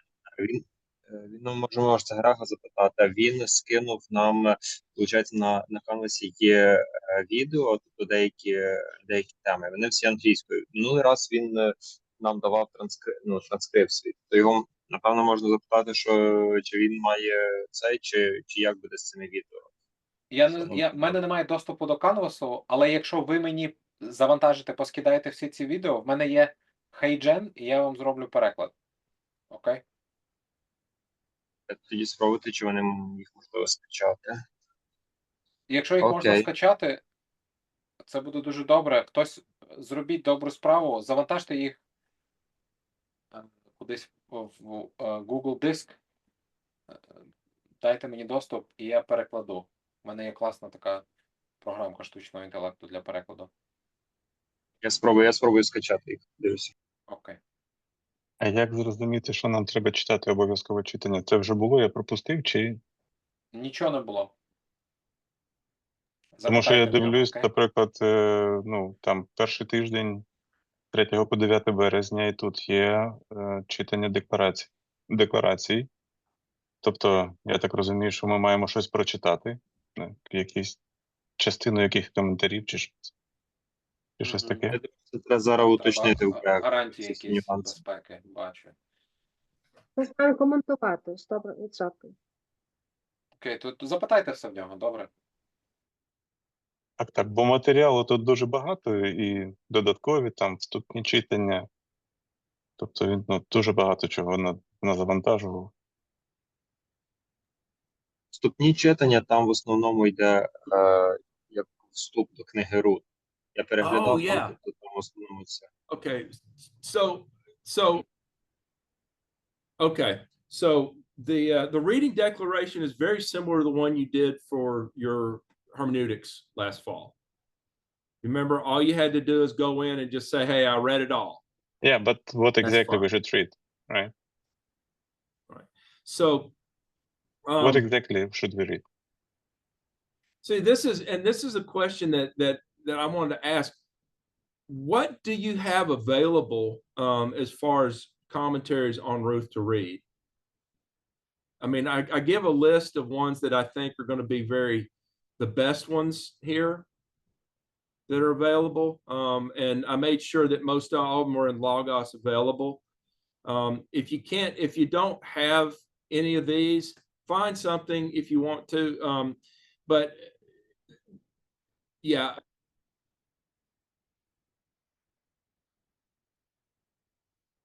Hey, perfect. Then read that, follow along in Block's commentary with that. That's fine.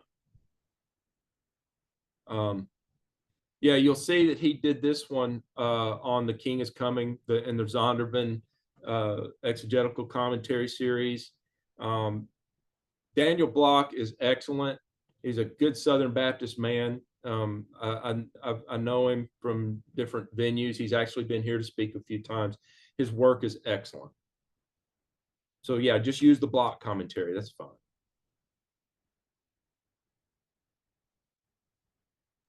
So the task is to read this part of article or of commentary, which is basically defined in the task, right? So 3rd to 9th of March, we should read the commentary for chapter 1, verses 1 to 5, right?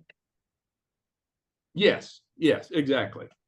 Yeah, and if you look down here, yeah, I can't read that, guys. Hold on. Unbelievable! You cannot read Ukrainian. I know it. I'm a peasant, man. I'm a rube. So yeah, so you can see the dates are out here. So your parsing and translation is due the 16th. Your discussion question is due the 16th. And then that first reading over Ruth 1:1 through 5 is due. And the place I would like to see your interaction with the commentary is in your parsing and translation. All right. You'll see, if you look here, I use footnotes to kind of put in helpful information in there. Use your footnotes to make notes on things that you see in the commentary. Just insert a footnote and type in a footnote with observations, questions, or whatever. This is not for me, except for what you turn in. This is not for me. This is your study. This is for stuff for you to gather and put together your own notebook and your own, collection of observations and things. So yeah, feel free to do what you want to with these. Is this file also in what is the name of this stuff? I mean, where we have all this information. Is it also uploaded to Canvas? This is in Canvas, yes. Yeah, it's all. In fact, you should be able to access. And Mikola, I've actually got you going to be in there as my TA, so you can actually access it as well if you want to. So we Yeah. pick a commentary based on what we have available, and we just read that commentary, whichever commentary is for that passage. Yes. And so if you look, you can see that, and I've done my best, guys. This is the best I can do with the translation of these categories and things. If you want, I can go back and put English headings back in next to them. But you can see there's a lot of these discourse profiles are actually going to be one of the, you're going to thank God for these. Well, I'm doing the English one here, but so what these do is they take historical narrative and they give you a breakdown. What is the main line in historical narrative? It's the Vayikto. It's the perfect. It's the consecutive imperfect, if you will. Okay. And then the off the line things are, and we'll talk about all of these. There's English videos for these, but we'll talk about these in class. There's topicalization, embedded direct speech, or is any kind of text that's introduced by and he said or and he did. Relative past background, and we'll talk about these. One thing I want you to see with these is I give a description of each one and talk about their significance and any important information related to them. And we'll talk about these as we encounter them, okay? The main thing I want you to see right at the moment, do you see how these off the line things are kind of at this climb, this like this? If you just have a whole sequence of Vayiktos, one after the other, the story moves along very quickly, doesn't it? And he woke up in the morning and he ate breakfast and he got dressed. He took a shower and he got dressed and he got in the car and he drove to work and he worked all day and he got back in his car and he came home, kicked off his shoes, he ate supper and he went to sleep. See, that's a narrative sequence, right? And it moves very quickly.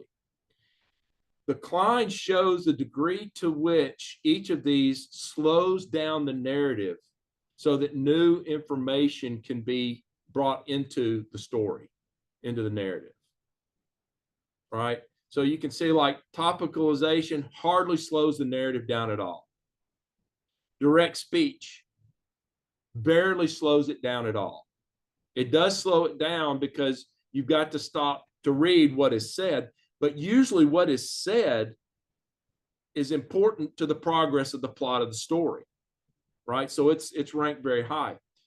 Relative past background, that's talking about, if I'm talking to you right now, relative past background refers to events that took place prior to this moment that I'm speaking. Okay.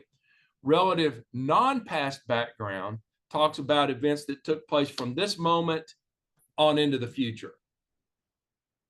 So you see there's perspective there.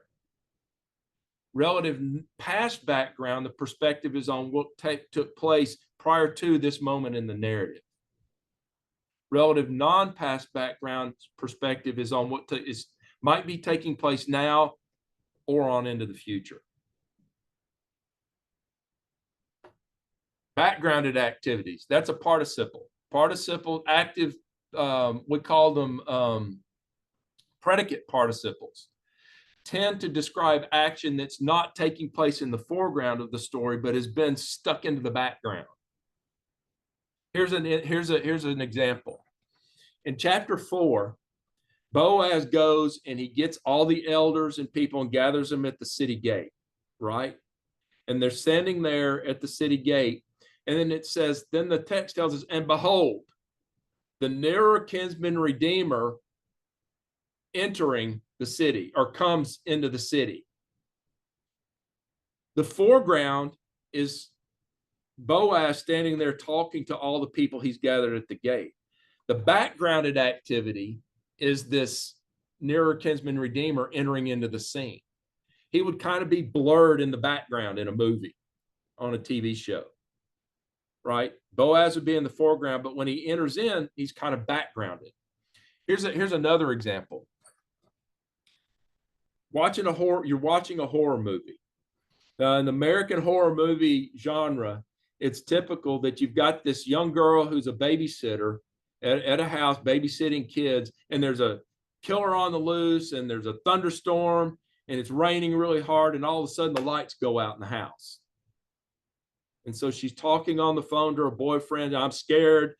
I don't know what to do. I'm afraid that somebody's in the house. And the boyfriend's going, nah, you're okay. There's nothing going on. And then while she's on the phone in the background, you see the shadow tiptoe through a door opening.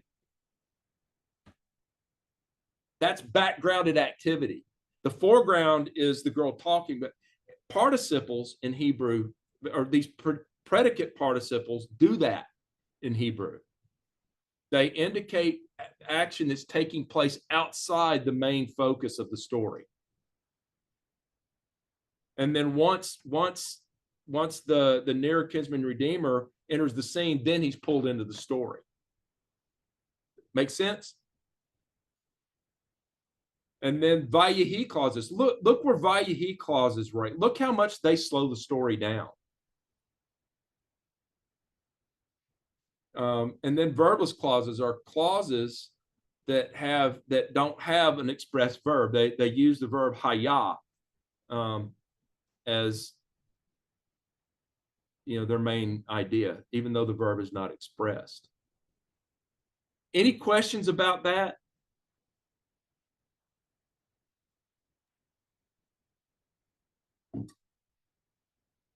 Artem?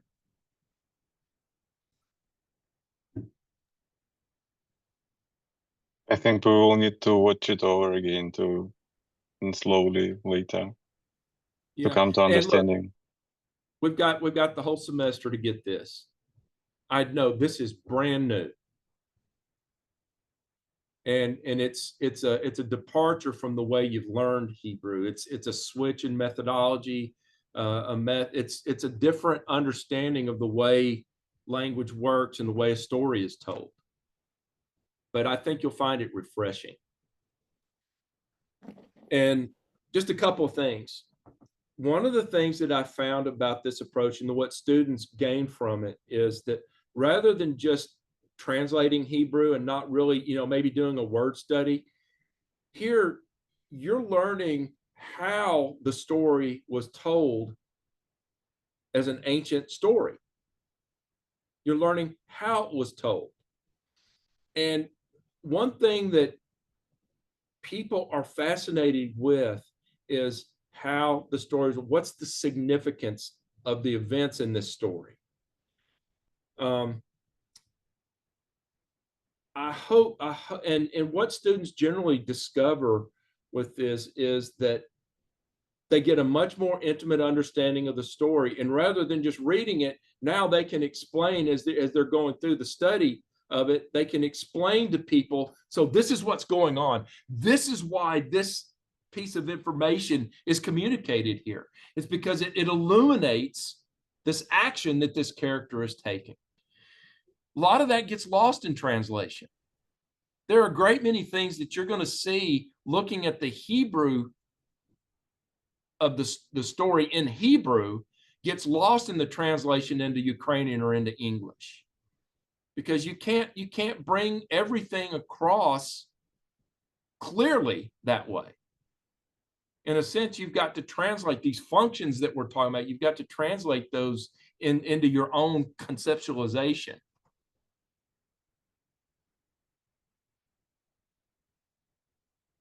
All right, second thing.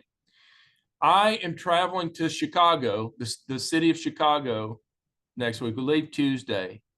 So I will not be here next week. But I will be answering email anytime you have, you know, stuff. We're going up to Chicago to see my son. I think he's going to get engaged. He asked us to come, so we're going up to visit him next week. And so I won't be meet in this thing. Yeah, woohoo, woohoo. So we won't be here. And it's my daughter's 21st birthday, so we're all going to go celebrate real big next week. But yeah, I'll be traveling. I will be able to answer emails, answer any questions you might have. And I'm not going to whip you really hard over late work that's turned in late. Wrestle with it, get it done. We've got 12 weeks. So I'm not worried, and I'm giving you until the 16th to get all this in. So here's some things I want you to take with you. I love you all. I'm praying for you. And I'm so appreciative that you're taking this class. This means a great deal to me to have you in here. I hope and pray that as you start to get this, that you're not afraid to ask questions. Don't ever be afraid to challenge me.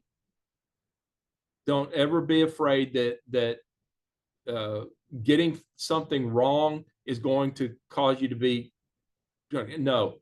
Learning is about you learn more from the mistakes than you do from the things you do correctly.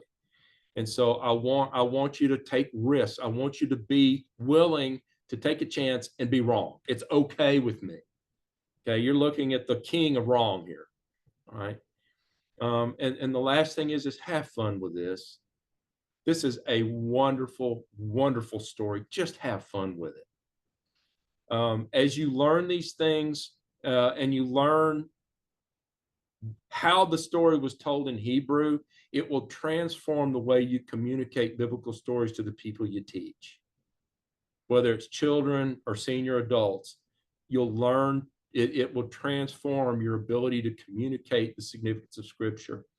In the United States, one of the trends that we're seeing is evangelicals are losing confidence in the authority and truthfulness of the Bible. They truly are. And one of the reasons is that we do not focus on the text. We do not draw people into the text. They had no intimate knowledge. They had no intimate understanding, and therefore they don't read it. What we focus on in our church services is application.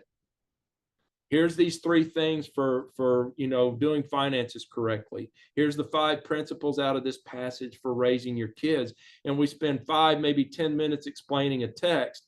And the next 40 minutes we spend doing application.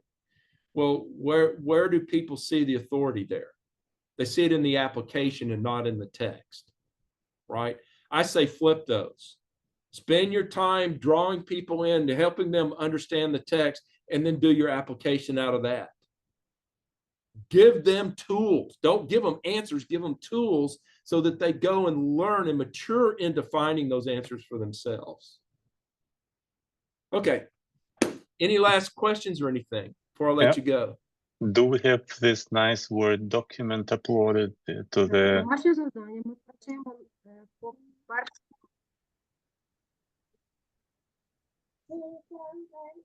по першому уроці і до слідуючої середи. На слідуючій середи нас не буде занять, так я розумію. Тому це завдання ніби на 2 тижні.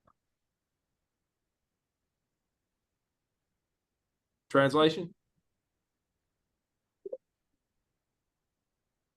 Right. Oh, and then still the question was this Word document that you showed us, where you put this transcription of the words like masculine, singular. Alex, yes, we're looking at Canvas right now. This is Canvas. Where exactly it is? Okay, in your course. Right. You go to your course. You should have gotten an invitation to join the course. I do. I have. Okay. So you click on it. You should be able to go right into our Canvas page. It should have SP 2425 Spring 2425 S3241. I'm trying to find out if you have this Word document that you showed us during this. Yeah, where is it? Let's see. I think this is it right here. Oh, you're looking for the You show it as the Word document, right? yeah. There is a nice table where we can reuse to do our work, right? Yeah. So in the modules, here's the discourse profiles right here, all of them that we could use.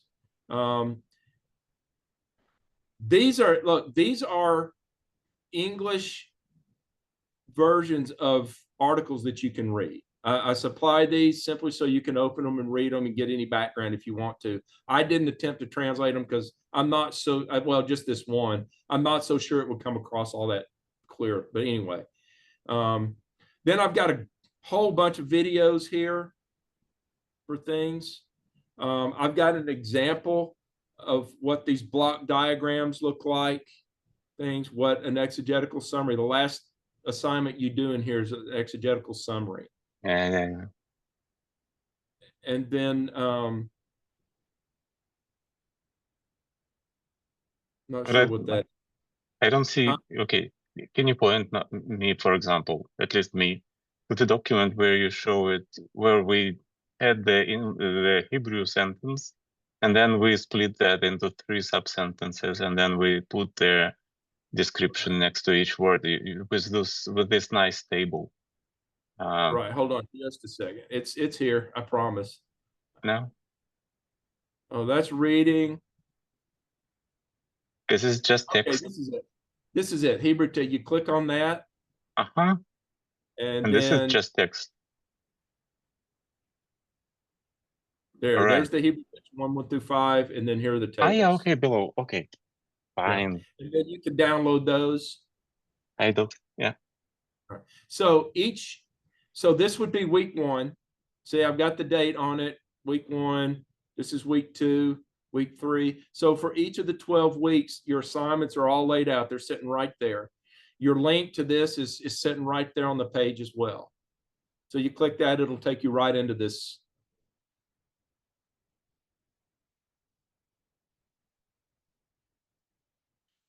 Now, in week 4, we're going to stop down. You'll have that week pretty much free. All we're going to do is come in and we're going to talk about Ruth 1 through 22. We're going to talk about this first chapter. And I'm going to walk you through. This is a video with an overview of it. You can watch it together. You can discuss it together. And when we're in here, and you can ask me questions about it.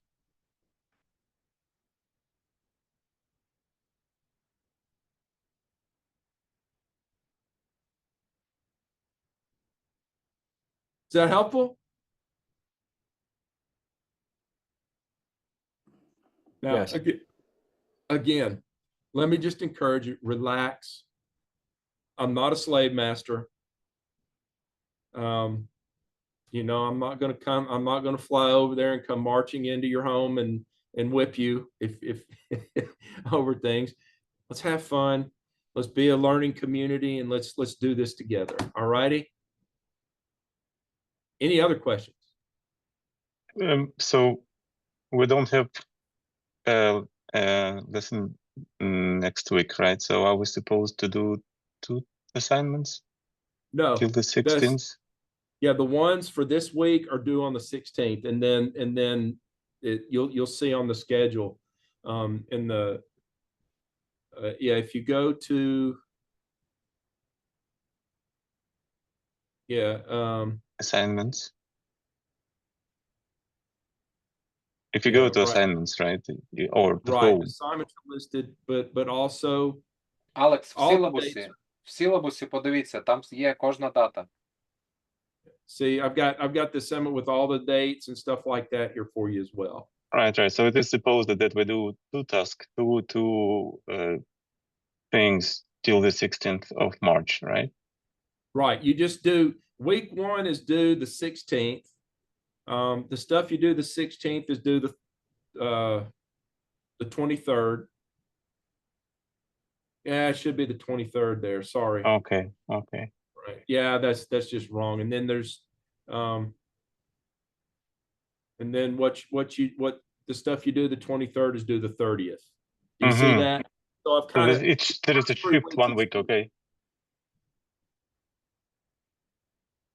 that's to give you the chance to kind of not have to kill yourself. Oh yeah, it gives you a chance to flow a little bit. Okay, okay. Thanks. Now I understand. Thanks. Good.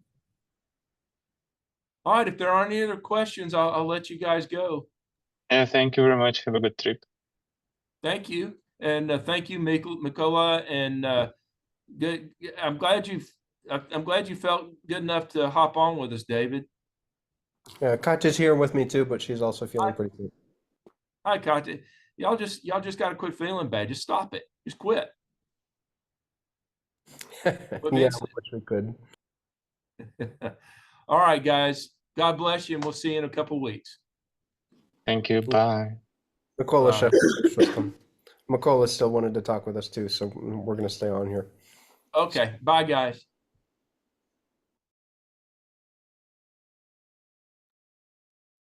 Так, я переключусь. Друзі, відключіть переклад, будь ласка.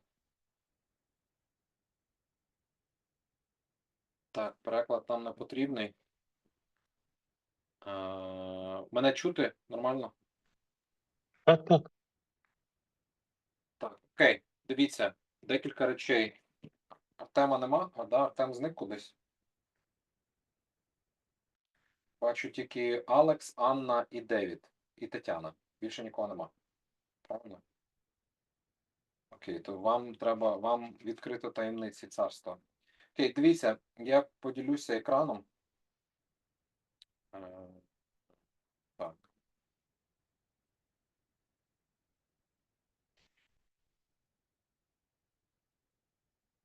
Так, окей, бачите мене? Екран мій, бачите, друзі? Можна Так, включити бачу. мікрофон, щоб я чув, що все Так, бачу. я не чую. Чому я не чую? Тому що в мене Я не знаю, я бачу екран нормально. Так видно екран.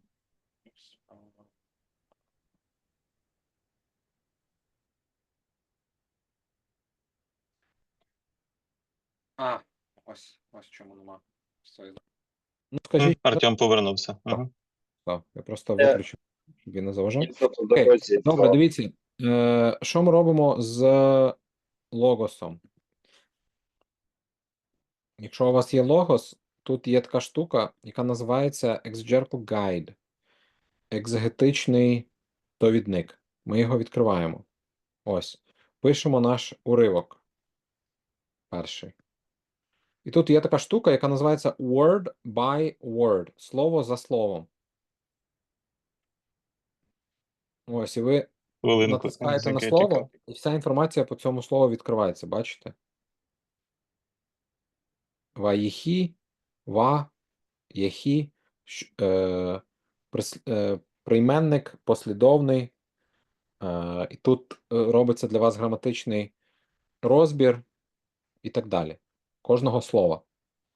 Тому, якщо ви не говорите англійською, вам просто треба граматичні ці категорії вивчити, що таке third person – це третя особа, маскулін – це чоловічий, сингуляр – це однина, тому якщо ви це вивчите, це вам спростить життя. Тому ви завжди можете себе тут перевірити. Я просто не переписував, а намагався самому робити, а потім звірятися. Розумієте, про що я кажу? Ось, тому тут по кожному слову є отакий розбір. Я з Логосом говорив під час наших різдвяних канікул і сказав, давайте ми зробимо це українською мовою. У нас є студенти, вони вивчають іврит, я їм так допоможе, якщо все це буде українською.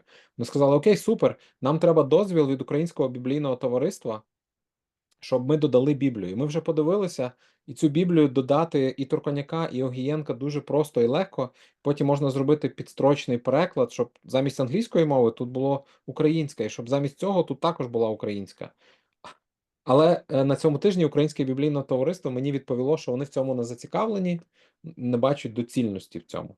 Тому якщо ви знаєте когось з Українського біблійного товариства, передайте їм великий привіт і скажіть, що ви хочете мати Біблії в Логосі. Ось. Є Можна питання завантажити насправді так же ж, як файли Що? приватні. Можна завантажити як файли. Да, але воно не буде як підстрочний, розумієте? Не Ось, буде, не буде. да, файли в мене завантажені Угу. вже давно. Але я хочу зробити так, щоб була українська версія логоса, і коли ми натискаємо, ось сюди відкривається. Бачите, тут з англійським перекладом моїм воно підсвічує, що це за слова. Воно так буде так само з українським робити. Це буде такий прорив, але це недоцільно для деяких людей. Ось тому логос може вам в цьому дуже допомогти. Він дає ось всю цю інформацію. Окей? Зрозуміли? Але можна ж просто відкрити іврит, ну, текст на івриті і просто навести мишку на слово, і воно дасть знизу в строчці переклад. Так само, як і ту саму інформацію. Коли буде наступна як це, сесія, коли всі на місці, коли всі у Львові, ми можемо як всім зграєм піти у товариство і сказати їм. Взяти бейсбольні біти. Так, намалювати плакат, взяти, стати під дверима. Ну, якось треба доцільність їм донести. Ось, друзі. Тому, ну, не зовсім, Алекс, тому що, бачите, тут ось ця інформація додаткова, і воно, ну, тобто це набагато краще і зручніше, тут підтягує всі словники, які у вас є, і тут Так, трошки я просто кажу, що і для такого швидкого достатньо відкрити, я не знаю, LHB у мене, і просто в ньому навести Ну, мишкою. так, можна зробити ось тут гортензія, ось і ви наводите мишкою, Так. і там У вас внизу не? Я не з'являється. бачу. Ага. З'являється внизу ця інформація, ось. Але тут, бачите, тут що написано? Conjunction і verb. Тут трошки, ну, спочатку, Воно бачите, воно стисло, розділяє просто вас. написано. То саме, тільки стисло. Так, окей. Добре. Дякую. Тепер дуже важлива інформація. Артем задав дуже слушне зауваження, де брати всі ці категорії і ролі. Мені здається, що ви не отримаєте багато користі від цього курсу, якщо ви не познайомитеся з цією книжкою. Я додав її в цю папку. Це називається довідник по синтаксису. Тому що зараз ми вивчаємо синтаксис, так? Ми не вивчаємо вже морфологію, з чого складаються слова. Ми вивчаємо зв'язки слів у реченні. Ось. І тому тут це, на мою думку, найкращий такий довідник. І якщо ви хочете іврит далі вивчати, це має бути у вас, от ви читаєте біблійний текст, і у вас в іншій руці ця книга. Бачите, тут іде по кожній частині мови, от іменники, і потім ідуть номінатив, генетив, акузатив, апозиція, всі різні варіанти, які бувають іменників. Потім йдуть дієслова, іде по породі, потім по аспекту, потім модальність, інфінітиви, не інфінітиви, послідовності На оці. англійській мові. Ось. А ще раз, де шукати? Це в папці на OneDrive, яка називається «Коментарі до Ruth», яка я лінк дав в групі в Телеграмі. Ага, я просто дивлюсь, де вона. Ось, і тому дивіться, що воно робить, Артем, дуже уважно. Я Воно слухаю. показує вам, ось, наприклад, якщо це родовий відмінок, які є функції або ролі родового відмінку. Позесів, тобто, коли Притяжательний. Я не знаю, як воно перекласти. так, у власності знаходиться, потім стосунки, потім суб'єктивний, об'єктивний, атрибутивний, специфікація, причина, ціль, засоб, матеріал, ступінь і так далі. Тобто, все це є можливою ролью родового відмінку. Розумієте? І ви про це будете говорити з доктором Вотсоном. Доктор Вотсон буде пояснювати, зупинятися. Оце слово стоїть, цей іменник там в родовому відмінку. І він має такий-то синтаксичну таку роль. Ось, тому ця книжка, це, ну, вона як така енциклопедія, якщо можна так сказати. Тобто, і в ідеалі її треба знати на пам'ять. Якщо ви викладач мови, то ви знаєте всі ці функції, розумієте? От такі родовий відмінок, які є в нього всі функції. Там ці основи, так само про основи воно говорить, дієслова, які є функції. Це те, чого ви не вивчали під час вивчення морфології. Це вже окей, ви знаєте ці граматичні категорії, тепер які є синтаксичні функції у цих граматичних категорій. І тому з цією книжкою, ось, ну, і тут так, сорі, де ця папка у нас? В цій папці у нас є декілька таких підручників по синтаксису. Ось цей той, що доктор Вотсон вам показав в Логосі в нього. Ось цей підручник. Хоча, можливо, у вас в Логосі він теж має бути. В мене він ось так виглядає. Зараз вам покажу. А я не знаю, як в мене є він. Так, Пам'ятаю, звідки. він зазвичай іде в цьому пакеті. Ось, це два видання. Перше видання, друге видання. Ось, тому він зазвичай в цьому пакеті має бути. Академічному. Ось. Тому там також, тобто є багато підручників по синтаксису, так само, як є багато підручників по синтаксису української мови, які пояснюють нам всі ці синтаксичні штуки. Ось тут найбільша складність вивчення біблійної мови в тому, що нам треба спочатку українську мову розуміти. Що ми маємо на увазі під всіми цими ролями? В івриті вони трохи відрізняються від української, як ви вже побачили, в них є породи, в них є всякі інші штуки. Ось тому це, на мою думку, ось ця найпростіша і найкорисніша. Арнольд і Чой, автори, Білл Арнольд і Чой, Guide to Biblical Hebrew Syntax. Тому ви його або перекладіть, або щось з ним зробіть, але він має бути у вас під рукою. Коли ви працюєте з єврейським текстом, ви категорії визначаєте, окей, яка це порода, це іменник, окей, що там за іменник? Його можна розібрати по цих трьох категоріях, які ці категорії виконують функції. Все це є ось тут. Також, ну, тут є для тих, хто хоче ще більше почитати, по дискурсу, бо він буде говорити про дискурс. І тут, якщо ви хочете, є такий посібник по дискурсу. Ми зараз не будемо про нього говорити, бо я бачу, що вам вже і так нічого не хочеться. Ось, останнє, на що я хотів звернути вашу увагу, це дуже класна річ. Хендбук по тексту книги Рут. Упс. Що тут є? Тут є, зараз, якщо ми відкриємо початок, трошки розказую, як цим займатися. Так, де воно? Це просто приклади. Ось. Тут він робить, в принципі, те саме, що вам треба зробити. Тому ви можете себе звіряти теж. Для мене ось ця серія, є дві серії по івриту. І вона, вибачте, зараз я знайду початок. Такий вступ досить великий. Це дуже корисна штука, коли ми робимо екзегезу. Бачите, воно починається.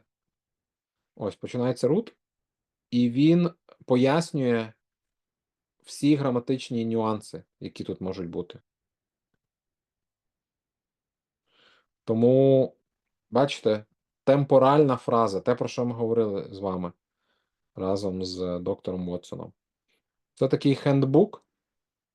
Пояснює, наприклад, дивіться, тут пропущен дагіш хазак в префіксі ваїктола.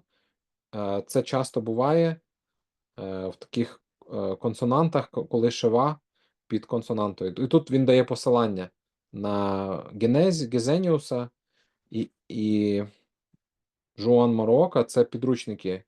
Ось. Тому це теж така дуже класна штука, де кожне слово розбирається. Ось. Тому, я думаю, вам треба буде використовувати обов'язково ці два джерела Арнольда і Чой, і ось цей хендбук по книзі Рут. Бо вони тут, ну, інакше вам трошки буде складно розбиратися самим в текстах.